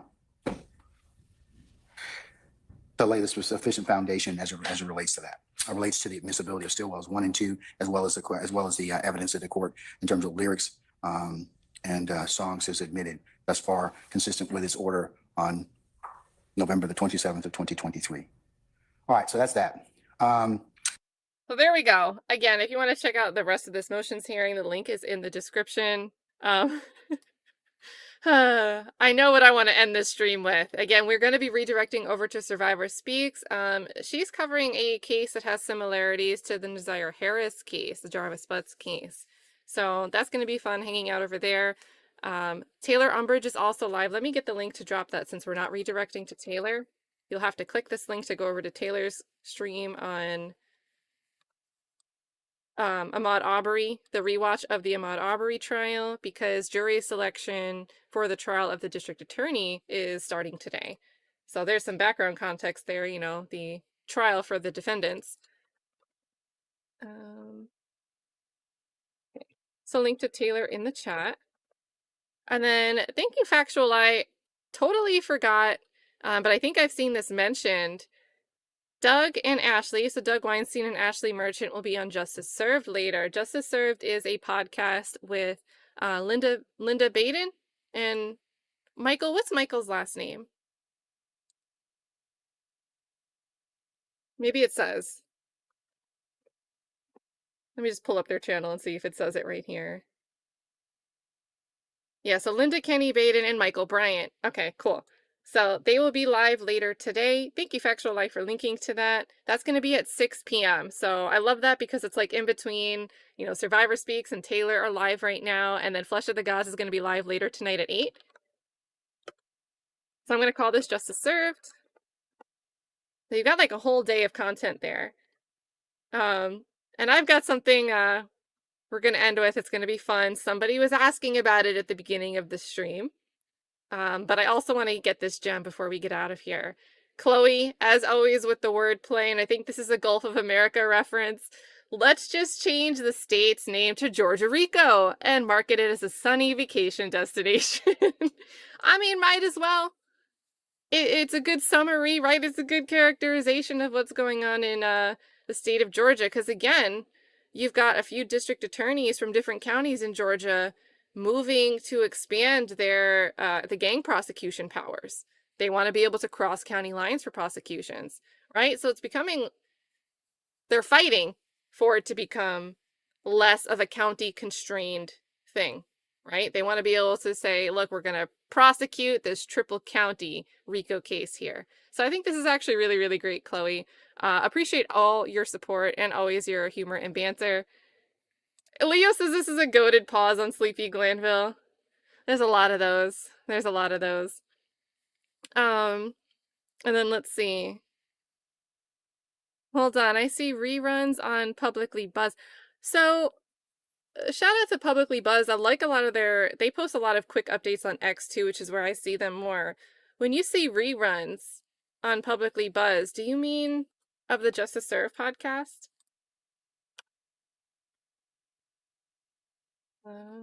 YouTube, Publicly Buzzed.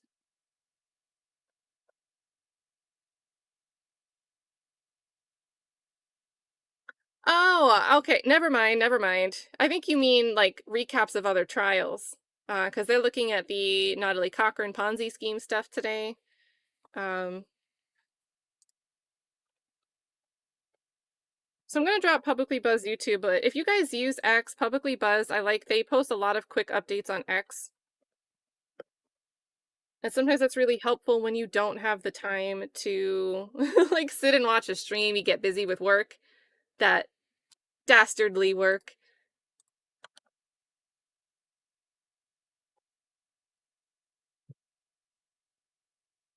And I still hate saying X. I want to say Twitter every single time. So go and check them out. Tons of content to keep you guys going. I'll be somewhere out in the YouTube streets. Thanks for tuning in. Again, if you want to check out any of those motions in limine that were filed, there is a folder in the description that has the 6 that we went through. If I see more filings come in, if I don't do a live for them, I'll share them as a community post and possibly put them in that same folder. I'll make like a subfolder. That way, if you happen to look, maybe you can come across them. But it looks like there might be new filings by this Friday. Again, the state's supposed to turn in their witness list.